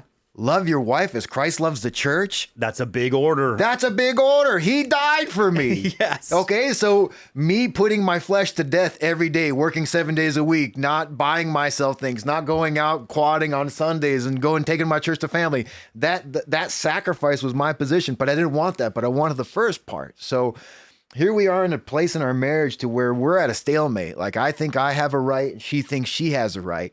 And there's so many marriages and people we talk to, and they're like a Mexican standoff. Yeah. You have husband Yes. and wife. I'm right because of this, and she says I'm right because of this, and you're just like, and from the outside you're like, well, if you just both change these things, your marriage would be great. Right. But you can't see it when you're in the battle. Right. Right. You're in the race. You can't see the finish line, and you're just at a. And the sad thing is, married people could stay like this for Forever. 50 years. Yep. We Right. know people. We know Yes. people. Yeah. Like, We why do. don't you guys get along? Well, 30 years ago, this happened, and I've never quite forgiven them. I could say, honestly, I know people, I can name them off, where Yep. they've been married for 40, 50 years, and they've hated each other from this one point. Yeah. And Yeah. they just had like this standoff there, and they never resolved it. But here we are, insecure, fat, ugly me, right? With all my anger issues, nothing resolved, right? Just like a typical guy, took all my hurt and my pain. I didn't talk to anyone about it. I tried to give it to the Lord the best I could. I didn't know how to give it to the Lord. Right. I didn't have any kind of training, right? When you're a Romanian and you're a Christian, you're immediately a youth pastor, right? I'm hanging out with my youth at Bethesda. I was like, what's up, dude? I'm Peter. I'm your youth pastor. Who are you? It was like, when'd you get saved? 2 months ago. I was like, same. We got that in common. You know? I'm your leader. You're my disciple. We've both been saved for 2 months. Yeah, it's great. You know, it's so we're at this stalemate, and we both think we're justified. We're both not getting along. We're both mad at each other, but we're still going through the steps because you still got to pay a mortgage. You still got to take the kids to school. You still got to go to Right. work. You still got to do all these It's things. not like life goes on pause so you can fix this. No, you're just like, you know what? Marriage sucks. I'm a Christian, whatever. God, I don't know why you've decided for me to suffer this way. I guess this is my cross. You know, crucia mea, o cur in spinare. You know, and you get to this point where like, you know what? I guess this is it. This is just going to be life. It's just going to suck. We're just going to hate each other's guts, do our best for the kids, and then hopefully go to heaven. You know? Yeah. And And a lot of people live that way. they live Right. that way.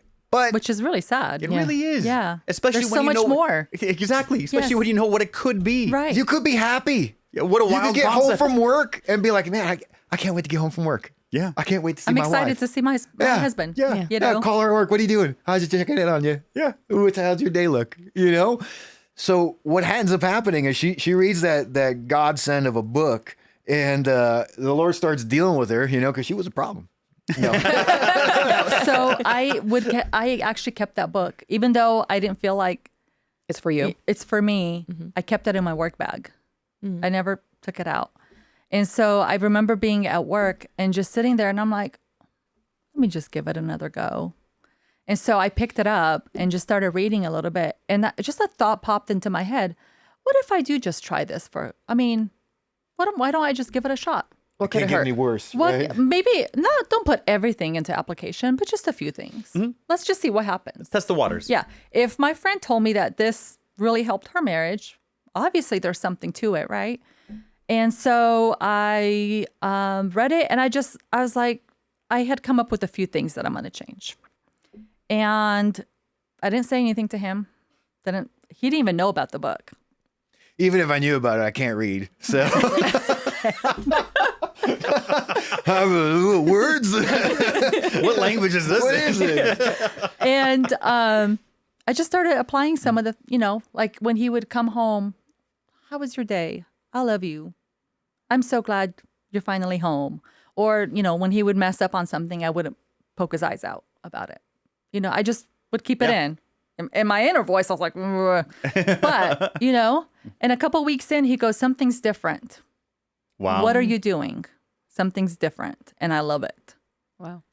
And that was kind of the beginning of the journey for me, is like, and really seeking the Lord on that and really figuring out, because my prayer would always be, God, just help me be a biblical wife. I just want to be a wife the way you want me to be.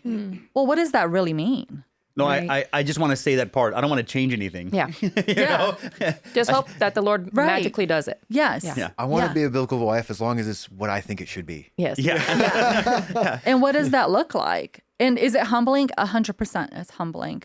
But if I love the Lord and I trust him as my father, I'm going to be obedient to what he's calling me. Yeah. And I'm a wife.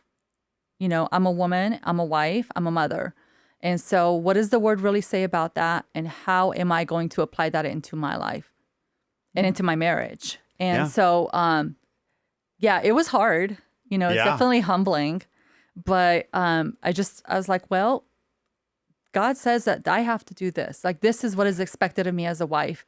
And then I read what God expects of him. And I was like, oh, Lord. Yeah, But- That's way help us harder. all. I was like, thank God.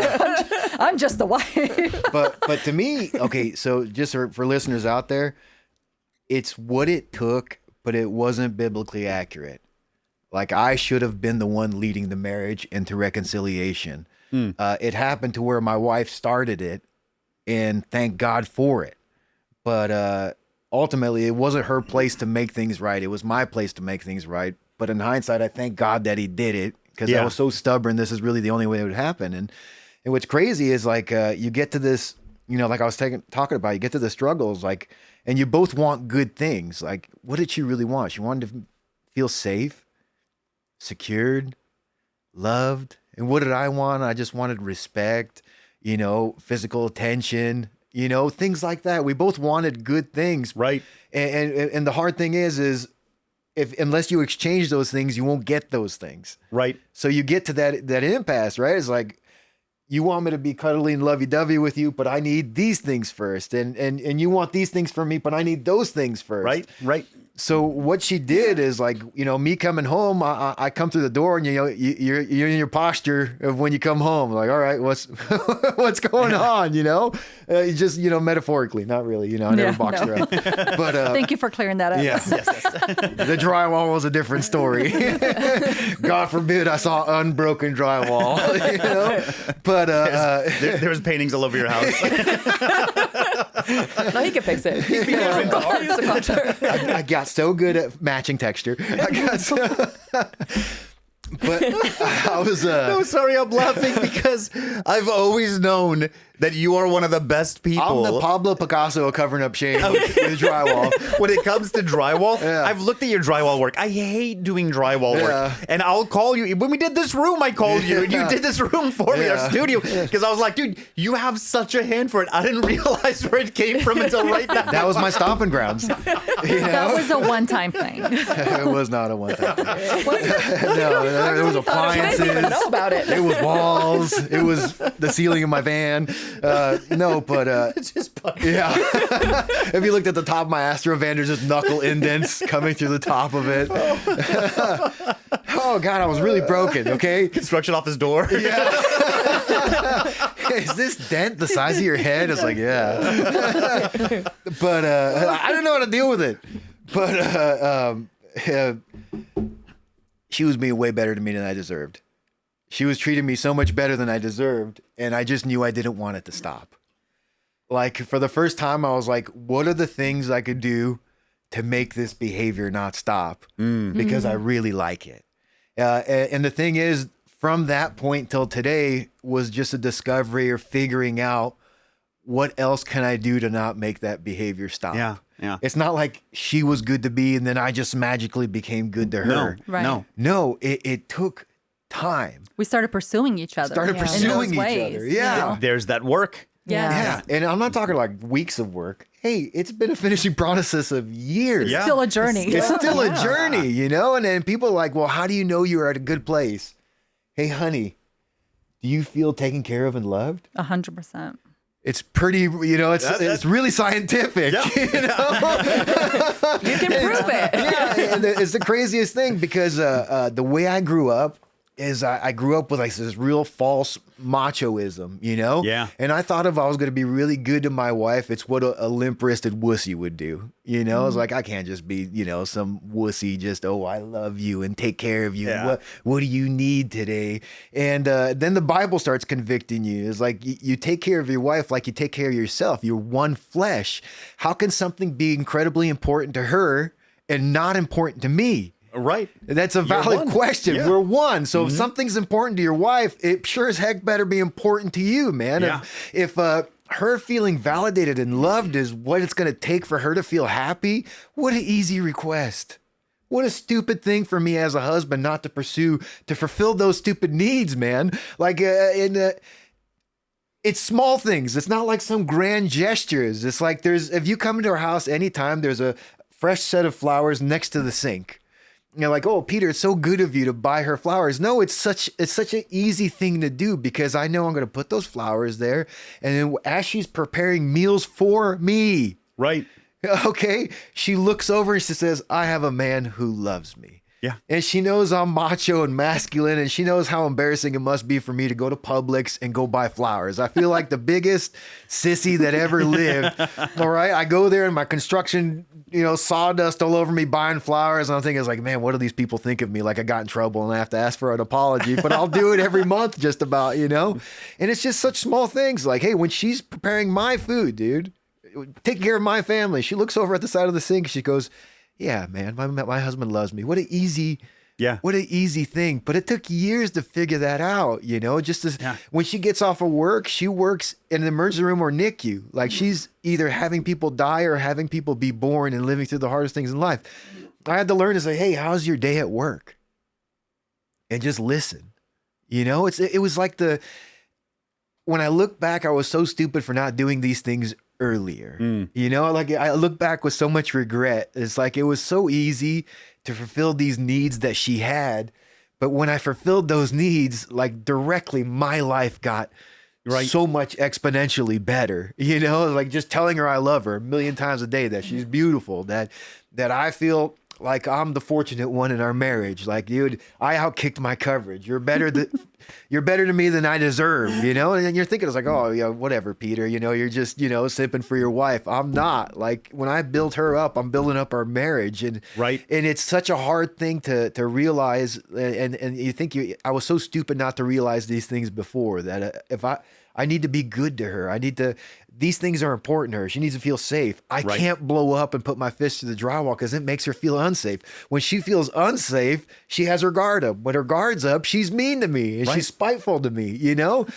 It's a protective mechanism. It's a protective measure. Down. She shuts down. So it's a lot of communication, and God gets all the glory. You know me, Eddie. I don't take the credit for anything. I'm basically a functioning idiot, and you know, God sprinkles His grace in alongside of my life, and there's cool things that happen, you know. But there is some corresponding actions to marriage where it's like, dude, you have to put in the work. Yes. You know. Yes.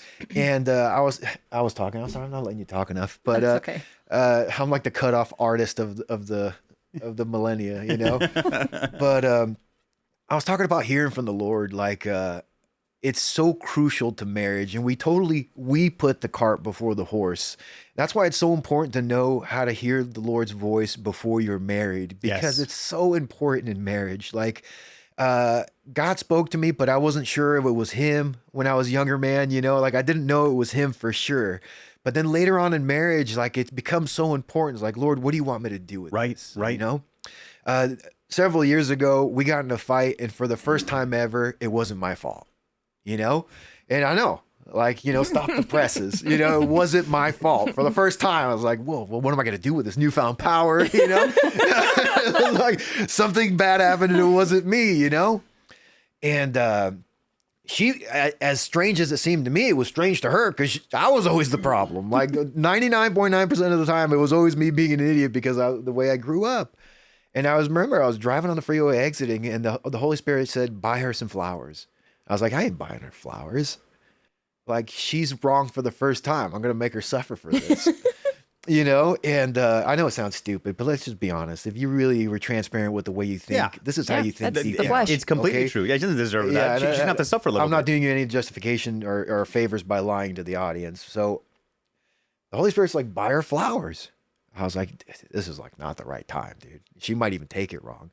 I bought her flowers and I brought them home and she's like, you have no idea what this means to me. And she started crying. And then I was like, man, thank you. Thank you. But Sounds like God knows what he's doing. but my life could have been a series of that if I just would have known how to hear from him from the beginning. Like how much better would it have been if I would have known his voice was surety from the beginning. I didn't have to waste 10, 15 years of like really trial by fire to get to that point. And people wonder, what exactly is the point of singleness? Remember Joe Posteuka? He's dead now, right? Yeah. But remember Joe, he used to say all the time, dude, I can't wait to get married because then my life begins. Yeah. And it's like, no, dude, you're wrong. Like, we have so many listeners that are single, and it's like, dude, the point of your singleness is to learn how to discipline yourself and walk with the Lord and hear his voice and be faithful so that way you can step into the next phase. Yeah. Because if you step into that one unprepared, you're going to have a much harder time. I'm not saying that it's not possible to get through it. It is Obviously possible. it is, yeah. But it's harder. It's difficult. much harder. Yeah. And sorry, go ahead. No. I was going to say, I attribute a lot of the health in our marriage because we were healthy Christians before we got married with a real, genuine relationship with Jesus. And both of us were very sensitive to his voice and we knew his voice. That's what got us through all those first years. I mean, it took a lot of work still because the Holy Spirit is always working on you. He's not showing me how he's working on him. I can't see it. Yeah. He's doing that and Eddie could see and deal with it because he's going through it. So when the Holy Spirit's working on us, it's always personal. It's with me.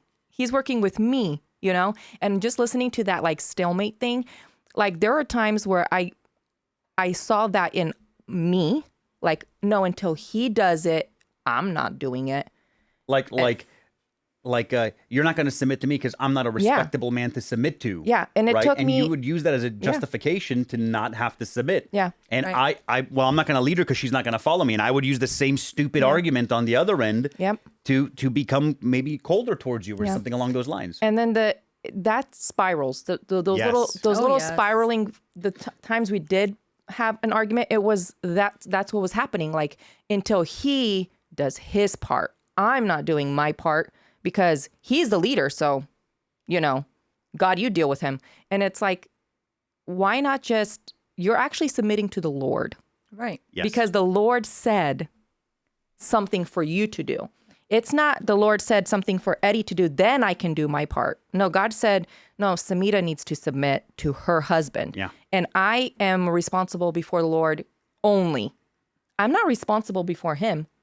Like it benefits both of us if I do my part, but I'm responsible before the Lord to do my part only. Yeah. Right. Firstly, we're responsible to the Lord for our responsibility. Like this. Like it's not a conditional command. No. Right. Right. It's not like I'm to lead you if you're a good follower. Yep. Right. There's no if. And so And if you want a good marriage, follow these. No, it says do. do this period. Yeah. Right. And so when you say only, I know what you mean. It's like, the Lord telling me to do this. That reason alone. That's the is only thing that enough. matters. Yeah. It's enough. Now, I also have a responsibility to you, of course, and you have one to me as well in covenant and in relationship. Right. But it's like I'm first primarily responsible to the Lord. You know what I mean? And so, like, even in this stalemate part that you guys were talking about, which all couples deal with Everyone this. deals with that. Yeah. It's so easy. And we even look at it in church, like whenever the pastor's preaching about, a certain sin, and you're like, yeah, I hope, Jim's listening. Totally plays I that hope my guy. wife's listening. Yeah. I was at a marriage conference with Simida, and I'll never forget this. Husband and wife were on stage talking about marriage, and he goes, all right, there's some ground rules. He goes, before we get started, He goes, I don't want any of you shouting "preach it" or "amen" really loud whenever I'm talking about the other gender. You know? He goes, I don't want to see any wives throwing elbows at their husbands, or whenever we're talking about the husbands or vice versa. And it's funny, but it's totally true. Yeah. And what's cool is it reminds me of this like testimony, this experience that I had with my dad, where I love my dad. You guys know my dad very well. I love your dad. He ain't even my dad. Yeah, he's just a good man, and a good godly man. And I remember, because of the way that he had grown up, like all of us, we never heard "I love you" from our moms and our dads. And it was just not a part of our childhood. And so I remember I got saved, and I was praying just a lot. I mean, fiercely, just really pursuing God in prayer and going, God, my dad's never said he loves me, and just I had this broken relationship with him. And I remember hearing from the Lord, where the Lord had suggested to me to go tell him that I love him, right? So it was like this question that kind of came up in my mind. It's like, well, have you ever said that you love him? And I remember immediately clapping back and going, no, that's not the right order. It's not my responsibility. I'm the child. He's pride. the dad, right? Yeah. And so it's his responsibility to tell me that he loves me. It's not mine to cultivate the relationship. And dude, in like the subtlest, softest way, I just felt the Lord telling me, you're right. Now you can either be right or you can have a relationship with your dad, but you can't have both. Yeah. You want to be right or do you want to be happy? That's it. And dude, it crushed me. And kind of in that same vein where it's like, you're right, you were the head of the household. It was your responsibility, because everything rises and falls on leadership, like John Maxwell says, to fix it. But you could have easily ascribed to that as well. Been like, it's not my job to fix this, it's Peter's. Right. But you either could have been right or you could have worked on it. Yeah. And it's so neat seeing how you were looking at Pete to do his job. You were looking at Domni to do her job. You were in this Mexican standoff stalemate. Yeah. And then this initiating on your end, Domni, of going, well, I'm going to try some things out on my end.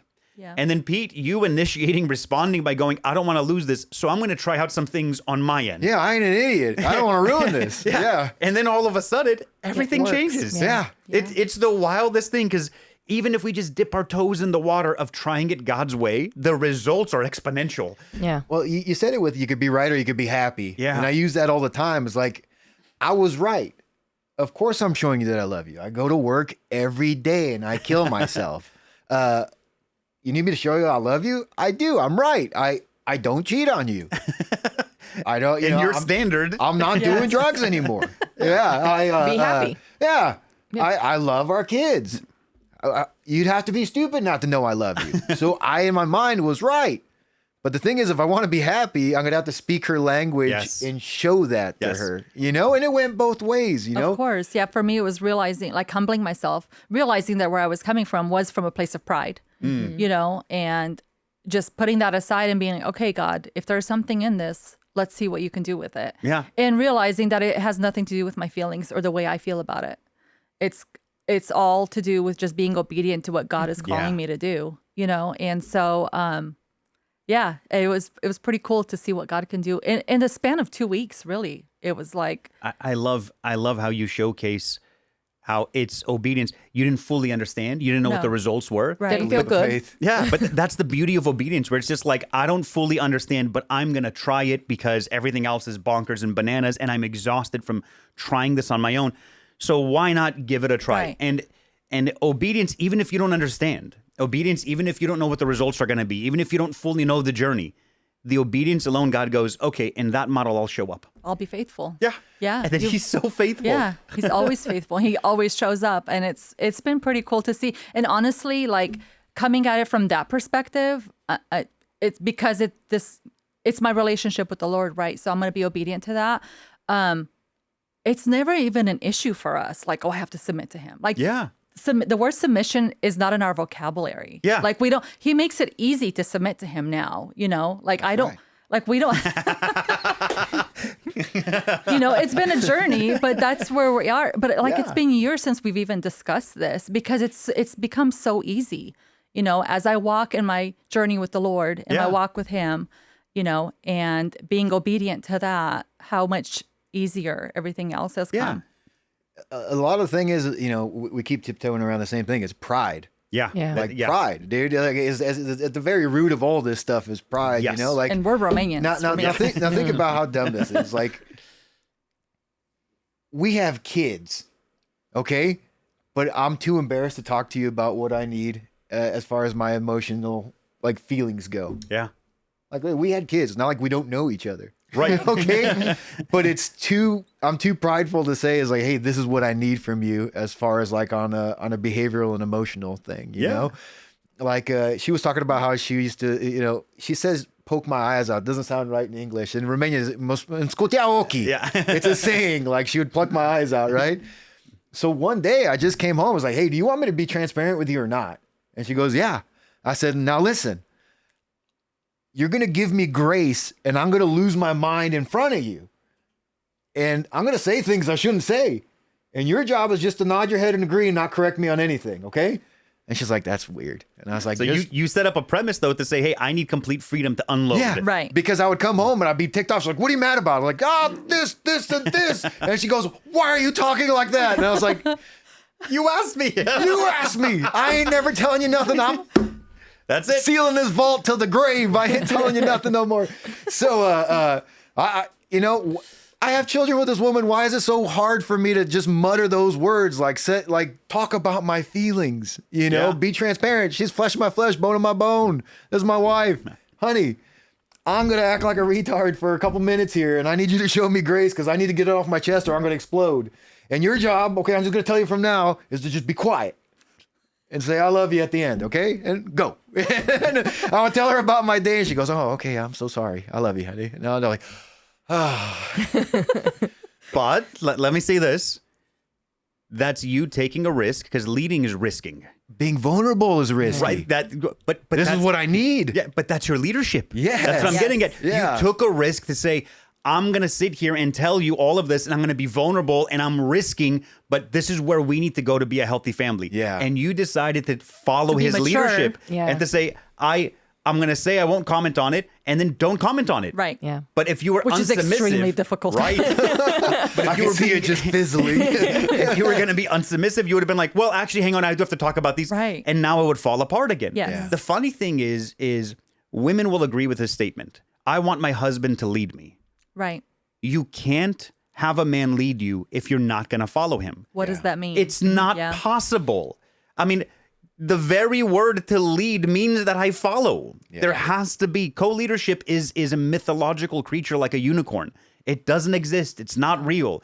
Because if you're both in agreement, one of you is unnecessary.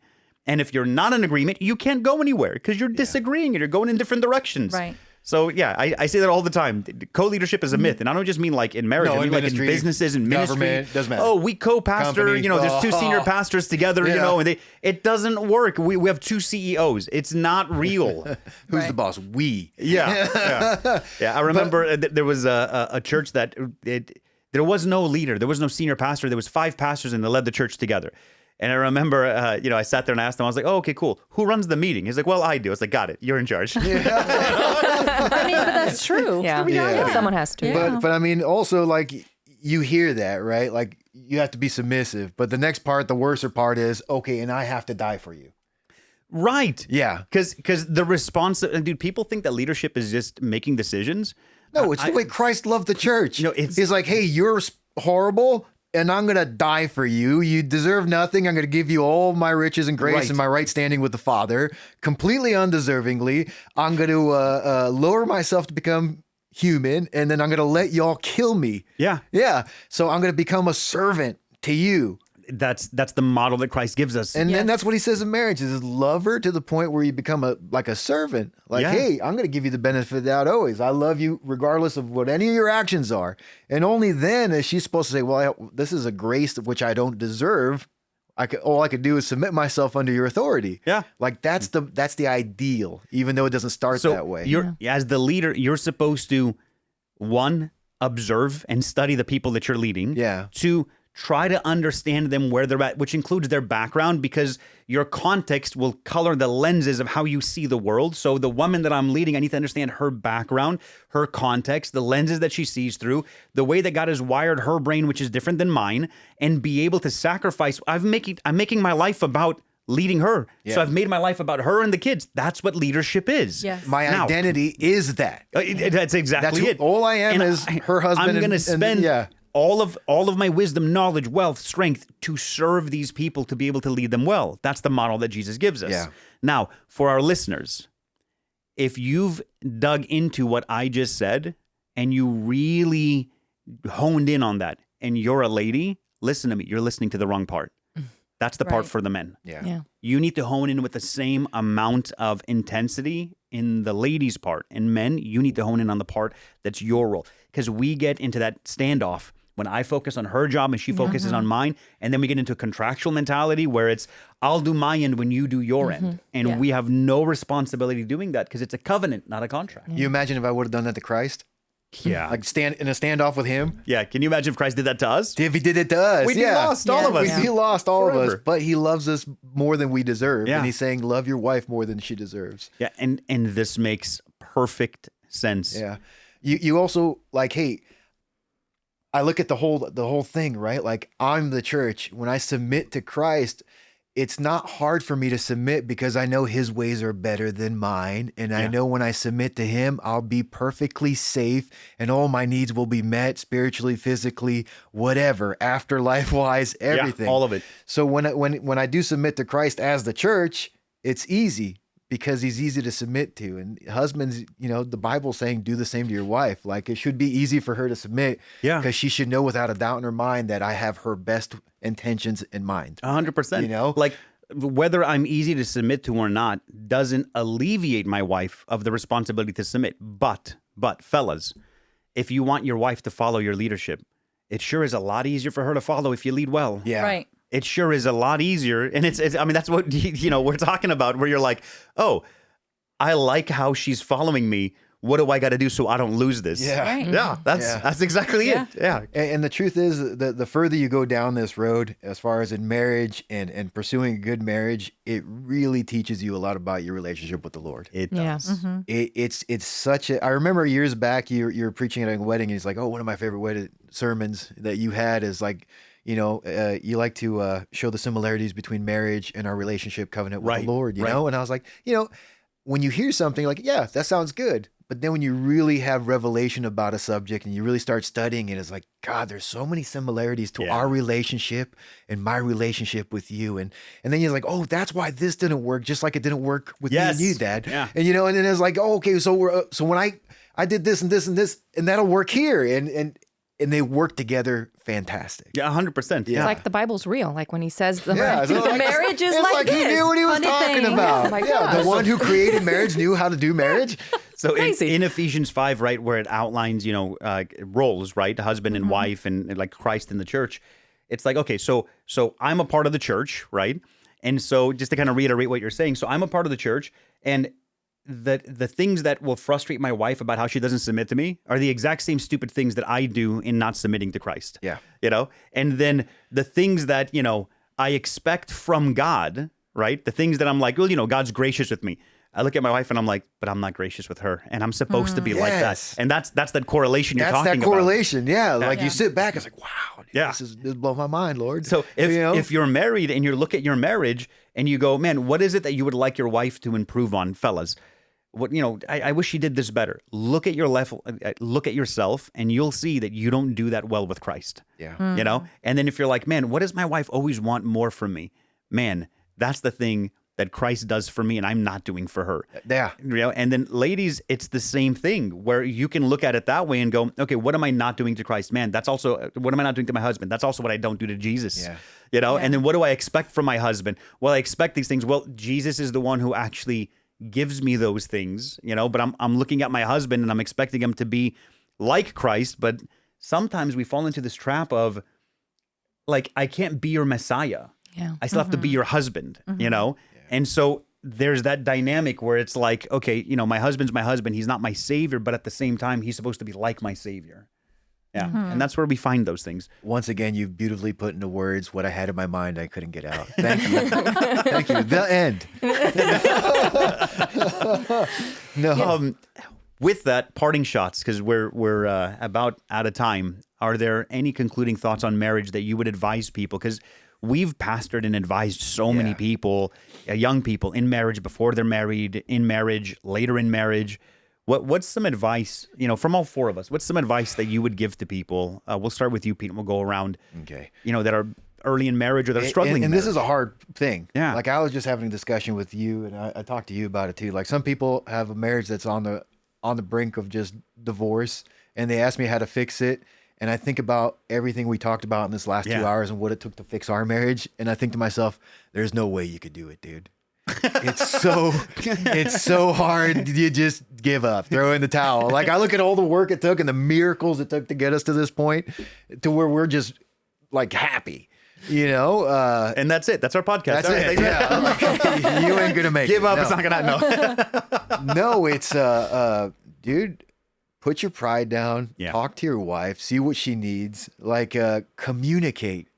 Like it sounds so stupid that it's so simple, but just communicate. Like, what do you expect of me? What can I improve in? How can I do this better? Start thinking about outside of yourself. Like, what can I do to make her day special? Like, what are things that are important to her? The flowers, the I love you, the you're beautiful, that like, oh man, you look so hot, you're amazing. You know, like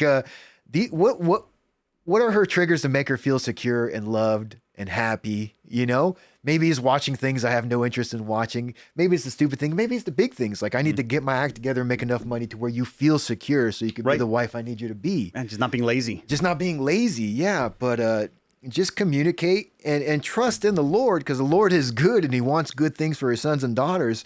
But you can't just do that. Like there's faith and there's God's goodness, and then there's your corresponding actions. Like you have to be willing to put in the work, and it will be work, and it will be humiliating.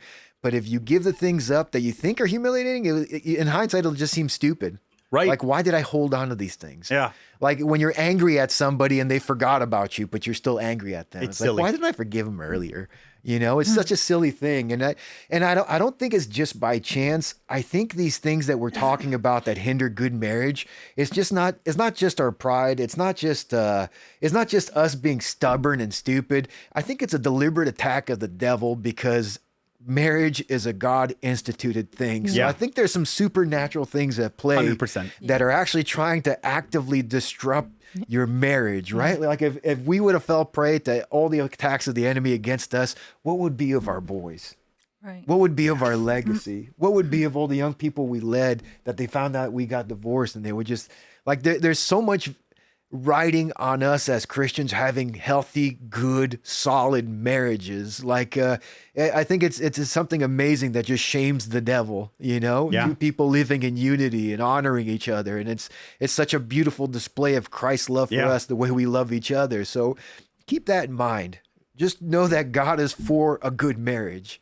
There is no the one. If you're married to that person, that's the one. Yeah. And you can make it work with them. And if they're not 100%. doing their part, you can't change. I can't change her, but I could change me. Right. Just like that's what she did. She changed her. And guess what? It changed me. And thank God for it. You know?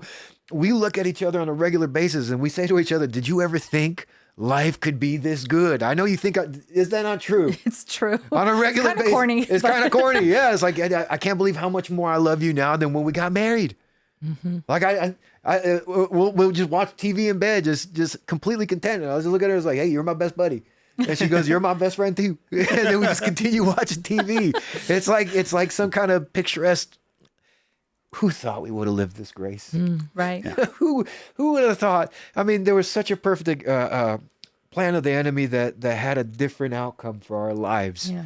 And Christ disrupted all of it. And us keeping this marriage covenant of ours on the right track is not just important for us, but it's important to everyone watching, to our kids, to our grandkids someday, hopefully soon, you know? Like we got to testify of God's goodness through this, you know? So trust in him. He is good. He is for you, and do the work. And men, be the bigger man. If your marriage sucks, it's probably your fault. Take it from me. If your marriage is terrible, there's a slight chance you married a psycho, but the majority of the truth is it's your fault. If your wife is a certain way, it's because you're not leading her right. And I don't think anyone actually says that. And I'm not running for office or anything, so you can hate me, whatever. I don't get mad at me. I didn't make you broken. You made you broken, you know? So be better. Be better. Be vulnerable. You want to be happy or you want to be right? You know, do you want to win the argument or you want to win in life? That's it. You know? And just trust in God. Like, hey, the creator of the universe is for your marriage to be good. Yeah. How can you fail? How can you fail? Yeah. Yeah. So when he tells you what to do, Do it. You better all listen. Yeah, just do it. Do it. You know, humble yourself and serve each other. Yeah, just be obedient. Yeah. And honestly, it's all your kids need. Yeah, it really is. Our kids never knew that we went through trials, bankruptcies, and all these things. They thought they had a great childhood. It's like, we never knew we were poor. Yeah. But we just loved each other and we gave them a good environment and they thank us for it. Yeah. Yeah. You And your know? kids are awesome. Awesome. Yeah, I like to think so. Dominic? So something that I actually had been thinking about, I mean, things were, had gotten better over time and we were working on things, but I feel like when it really shifted, at least in my mind, was when I realized I needed to support him on the ministry side. Not just be there for him, but be like, I'm all in with you. Whatever God's calling you to do, I'm in. 100%. Because I was always like, okay, you go do your thing. And then I'll just be here at home waiting for you. And that's fine. And I was fine with that. But when I shifted and be like, okay, God's really calling you to ministry. God's really calling you to missions. And I am all in, and I really felt like the Lord, that really shifted our marriage for the better. Not that it was, it was getting better, but that made a big impact on me. Yeah. And that we were in that together. All the battles we had to fight, she wasn't one of them. Yeah. Right. Yeah. Yeah. Going to missions. How hard is that? Imagine going to missions and then fighting with her to go on missions. No, it's you need your home secure so you can leave from a place of strength. Yes. Yeah. 100%. As a minister who's traveled a lot, I need my house to be good. I can't leave and I leave behind a problem to go solve another problem. No. Right. No, Because then you're just a liar. Yeah, honestly. Well, the thing is, you're one. Yeah. Like, Right. we keep forgetting that That's so good. we are one. The Lord made us one. A new thing was created when we got married. It was a new creation. Like, we became a new thing. It's not I live anymore, Eddie lives. It's we. Yeah. We're a unit. So if he's going to do something and I'm like, even if it's just in my mind and I never say anything, there is a separation there. Right. And I am cutting off from what he's doing and what God's called him to do. Instead of like, oh, God called us Yes. to do this thing and Even to though have that mentality. You're not preaching. Right. You're not traveling, but you're at home standing in the gap. Interceding. praying, Doing my interceding. part, because there is a part for me. If God called us to do this and I have that mentality of us, then I have a role. It's not just like, well, you go figure it out and I'll be here waiting. Ugh, Yes. it's so hard. And it's like, no, like, it is so hard. So what the heck am I doing? I need to be helping like any way I can. And the best way I can is definitely prayer. It makes such a Yes. difference. You Yeah. and I both know we've gone on so many trips. When people are praying for you, it's night and day. Yeah. And like, it's just awesome. That's a good point. And I'm really point. thankful for just the Lord's grace and mercy and looking back, what could have been and Yeah. what we have. And sometimes we'll sit there and we'll compare our old looking hands, that we're getting older and Wrinkly. like, look at how old my hands look. And he'll say the same thing. And then we talk about, lives that have been changed because of things that have been done, because we were able to walk in the Lord's Yeah. grace. Yeah. And, generations that have 100%. Yeah. And we know some I of think those that's people. pretty cool. Yeah. No, So- 100%. It's crazy because like walking with the Lord, like I know your guys' journey and you guys know our journey, and it's a big reason why we're such close friends. Like us in our life and you guys in your life, we have each individually lived 10 times more Seriously, than though. other people have lived in an entire lifetime. Yes. I feel tired enough to where that statement is true. But what a life No, worth but that's living. true. Yeah. I mean, It's worth it. Honestly, it's so Yeah. worth it, darling. Actually, I touched on it a little bit. I think one of the big shifts that happened in my mind, anyways, and when I've noticed a big impact in us is when we decided that we're fighting for us instead of we're like against each other. Like I'm right or you're right or who's right in this. It's like, no, we are one. Yeah. Like I need to be fighting me for us. Yes. And at the same time, he's fighting his flesh for us to win. Unity. Because if I win, we lose. So what's the point? Like Yeah. we're separating instead of becoming that oneness. And it's like everything that we do together, it's for a purpose. And it's not like for me to feel good, even though God is so amazing that while I'm in that role of working on us and helping us win, I get fulfilled. I'm happy. Yeah. I'm in a better place. Yes. Same thing with him. And it's like, that's what you were pointing out. Like, how can I help her? But that's making me feel good. Like, I'm actually Helping myself. blessed. Yeah. Yes. Yes. And it's like when we work together as one, as what God wanted, because that's the whole picture of us trying to mimic Christ being one with us. It's like, it just works. It's just, Yes. I'm not focused on me anymore. That means that every day I wake up and I have to crucify my flesh, like the Bible actually says. I actually have to like put to death what I want, because it doesn't matter what I want. I'm not on this planet for me. It's a purpose. Like, Yeah. what does God have in plan for us to do together while we're alive and together? Like, that might change one day, and it might be just you, or it might be just me. But in that time that he has us together, it's for a purpose. Yeah.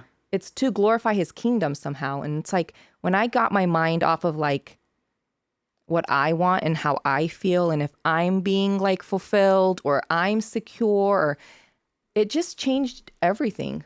Because Yeah. it's like, I am all of those things now. I am happy, fulfilled, and secure, and all, because we're working on something else that's bigger than just me or you. It's us. it's us, For the you know? fulfillment of God's glory, Yeah. for the purpose in which he created us. And ultimately, that's the ultimate fulfillment of being purposeful in what God created us for. There's a peace in being in the center of God's will, no matter where that is. Yes. Yeah. Right. You're in can be God's hard. will, and it could be anywhere. Chaos. Yeah, it can be a But complete you're storm. at peace because you're in his will. Yes. Yeah. And it's not always like a thunderous, like, you're in my will. Yeah. Oh, boom. It's just, you just know. Yeah. Yeah. It's a knowing. That peace. Yeah. It's amazing. No, that's wonderful. There's a mistake that couples will make often where it's like, well, before I was married, I only thought about myself, and now that I'm in marriage, you can fall in that same trap of continuing to think about yourself. But if I think only about me, I'm separating myself from you. So then we'll overcorrect and think, okay, I need to think about my partner. And that's equally as wrong, because if I only think about you, I'm also separating us still. There is a third person called Simira and Eddie as one. Yeah. That's the person that has to win. Not me individually, not you individually, but the third person. And the thing that I would advise, I just feel burdened to advise, it just kind of boiled up out of this conversation, is look, everybody has their own roles and responsibilities, and pride will make you think that you're fine, that you have to look at the other one. But I firmly believe that everything rises and falls on leadership. Yeah. And so, fellas, look, you might be married to a woman who might be, all your friends consider that your wife is crazy. Yeah. You know what I mean? You might We be all know married to those somebody people. like that. Yeah. Yeah, we know people like that. Here's the thing. God's called you to be the leader, even of somebody who has their own brokenness. Now, they're not crazy because they're a different species. They're crazy because they have their own brokenness, or you might be crazy or whatever, or you might be, off the charts in one way or another. But even if you have a hard marriage where your wife is the problem because she has trauma, because she has brokenness, because she has pride, you still have a responsibility to lead that person. So you can either be right or you can have a good marriage. You can't have both. And so I just want to encourage the men that are listening, fellas. The devil is fighting a war to try to destroy your family. That is his goal. And you are the head. You are the watchman on the wall. You are the one who is responsible for that family unit. When God came into the garden, he didn't say, Adam and Eve, where are you? He said, Adam, where are you? Because you're the head of the household. And so you're the one who is called responsible. And so because of that, I just want to encourage you, don't be such a patsy and let the enemy destroy the people that God has set underneath your care, your wife and your children. Don't be such a fool to make your marriage about you. So that way the enemy is now deceived you. So now he has access to your wife and to your kids. Realize that you are in a spiritual war and a fight for the life of your family. And if you'll submit to God and just be obedient, even in the parts that you don't understand, but just be obedient. Make it not about you or going out with the fellas or hanging out. Your life's not about you. It's a great book by Max Lucado where it's called It's Not About You. It's not about you. It's not. Your life is to live as a sacrifice for the people that God has entrusted into your care, your wife and your kids. So take those steps and listen to me. The joy that you think you'll find in making your life about you, you won't find it. No. But when you start to live in the way that God has created you to lead your wife and your kids well, you will find the most fulfillment you've ever found in your entire life. Yeah. And that would be my encouragement to men. Men, lead and lead well and understand that you are being deceived and that the enemy is destroying your family. The goal of your family isn't just to get out of the bad, but God has purpose for your specific family. The way that God has purpose for your guys' family, He has it for mine, for Jay and Becky and their family. God has unique purpose. That's why He's built together the family unit as the building foundational block of community, of the church, of the global church. And so my encouragement is just be obedient. And ladies, be obedient to the Lord, follow the Lord, submit, do whatever it is that God's setting in your heart. But my message is to the men. We have to lead and we have to support one another. If you don't have people in your life, man, reach out to somebody. I'm not saying reach out to me or Pete or whatever. I can't take 10,000 phone calls, but God's given you men around you. Right. Reach out to people around you.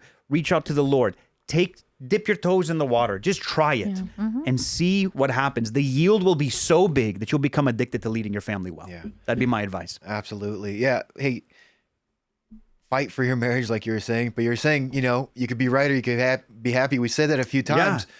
Yeah. But while you were saying something happened, what you thought was right changes. Yes. Because you think, oh, I'm right, you're wrong. And I'm not trying to rehash it out. But what ends up happening is your right changes as you become obedient to the Lord. And then your right becomes His plan. And you didn't know how much better it was than your own. Yes. Does that make sense? Yeah. It's like, well, to be right, and I need the X, Y, and Z, but I'm going to submit it to you, God. Yeah. And then He shows you a new version of right. Yeah. And that new version of right is like, I didn't know it could be this good. I was such an idiot for not doing it before. And that's how I feel like all the time. It's like my boys. They'll argue about things, and they're both technically right in 1%, but that's what they make their entire argument on. But in the other 99, you're wrong, but they don't want to look at that. No. So it's like, dude, just let it go. Yeah. Just surrender your pride, confess your pride, ask God to forgive you, make a change, dip your toes in the water, and try to be obedient and watch what happens. Yeah, it's been a really good time going on this journey with you guys. I'm so glad that you guys were both able to join great. us. Dolby, I'm so Good glad you times. joined us. Yes. Everybody got to meet Domni, my better half. Thanks for being vulnerable. I exist. I remember, just before we close, I remember I would travel with you, Pete, and we'd go to different places, conferences, conventions and stuff, and you would tell, stories out of your marriage and so on. And, Domni wouldn't be there always, especially in the sidebar conversations you couldn't see. And then later on, Domni, people would meet Domni and they're like, you're such a saint. And you'd be like, Peter, what are you telling people? What are you telling these people? Oh my gosh. Unfortunately, the truth. So embarrassing. But it's true. But it is true, yeah. And if it helps someone else, then it's worth it. That's the whole thing. Like, hey, my greatest joy would be not that you would look at my marriage and say, wow, what a great marriage. My goal would be that you would say, wow, it's possible. Yes. Like, man, I want what we have and more for our kids, for our friends, for our relatives. Like, I look at people who are struggling in marriages and says, man, if you would just relent a little bit, it could be so good. You could be so happy. Like, my biggest issue with going on a mission trip isn't like eating, garbage or anything. It's, I'm going to miss my wife. Yeah. I just don't want to be away from her. So let me add one more thing. I remember you and I would listen to different preachers and stuff, and we'd be like, that's what does he know? And then as we got older, we were like, dude, that guy was right. Yeah, it was right. So here's the thing: there's surely people listening to this podcast going, these guys don't know my situation. These guys don't know. Listen, where you're at, you're not happy. For those people listening, you're not happy. Listen to people who you guys specifically who were there and are now here. Right. You know what I mean? It's like, look, when you're in the bottle, you can't read the label. No. Right? Sometimes we'll see other people's marriages and we're like, dude, you can't see it. But to me, it's glaringly obvious what the issue is. It's so obvious. What do you got to lose? Yeah. You know what I mean? You're already in the suck. Try it. Do you want to look back 5 years in the future after a divorce and say, man, I wish I really would have tried that? Yeah, right? Yeah. What do you got to lose? And reach out, seek out people in your, in your circle or even outside your circle, people that can pour into you, that can help you, that can...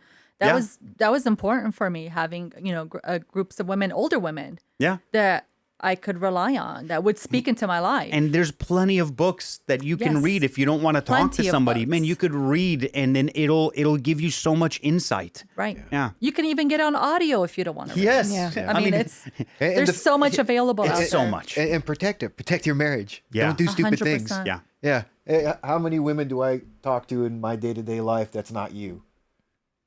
Plenty.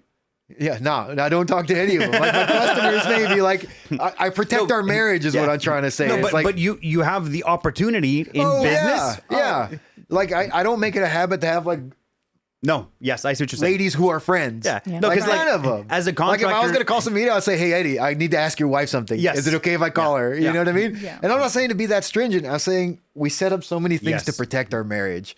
Like something happened to where I had the ability or not the ability. Like we had a choice to make to help a family member out. And I was like, hey, they're my family, like my immediate family before you. We're only going to help them if you want to. You know what I mean? If you don't want to, we ain't going to do it. Yeah, Like, 'cause I you're don't care one. either way because we're Right. one. Yeah. Like you got to protect it. Like, hey, don't let anyone talk bad about your wife. No, never. Like, hey, I'm a happy-go-lucky guy, but if you make her cry, you're gonna cry. Yeah, You 100%. know? That's the right answer. I don't care who you are. Yeah. You know. Yeah, But and it protect doesn't- it fiercely. It doesn't matter if it's family. It doesn't Yeah. matter if it's your Right. pastor. Yeah. Yeah, and I mean that. Oh, it I doesn't mean matter it. if it's in the Yeah. Comitet. Yes. I don't care. Yeah. Nobody's allowed to come at my wife. Yeah. You This even have is a a problem with me. non-negotiable. Yeah. 100%. Right here. The Bible tells me to turn my other cheek to humble myself. Yeah. But when it comes to her, all bets are off. Yeah. Yeah. Yeah, no, Yeah. I'm gonna hurt you. Like, Yeah, no, oh, yeah. yeah, there's no question about it. We probably should stop this. Yeah. Well, guys, thanks for joining us this week. But no, it's been a really good journey. Yeah. It's been great. I love giving God glory for Yeah. all the stuff that He's done in your guys' marriage and ours, the journey that we've been on. And our hope, our prayer, all four of us, is that for those of you listening, that if you're not married, that you create good structure and good relationship with the Lord to be able to get into a good marriage. And if you are married, that you invest in it and that you work diligently. Yeah. Yeah. Thanks, guys. We'll catch up with you next week. Thanks and God bless.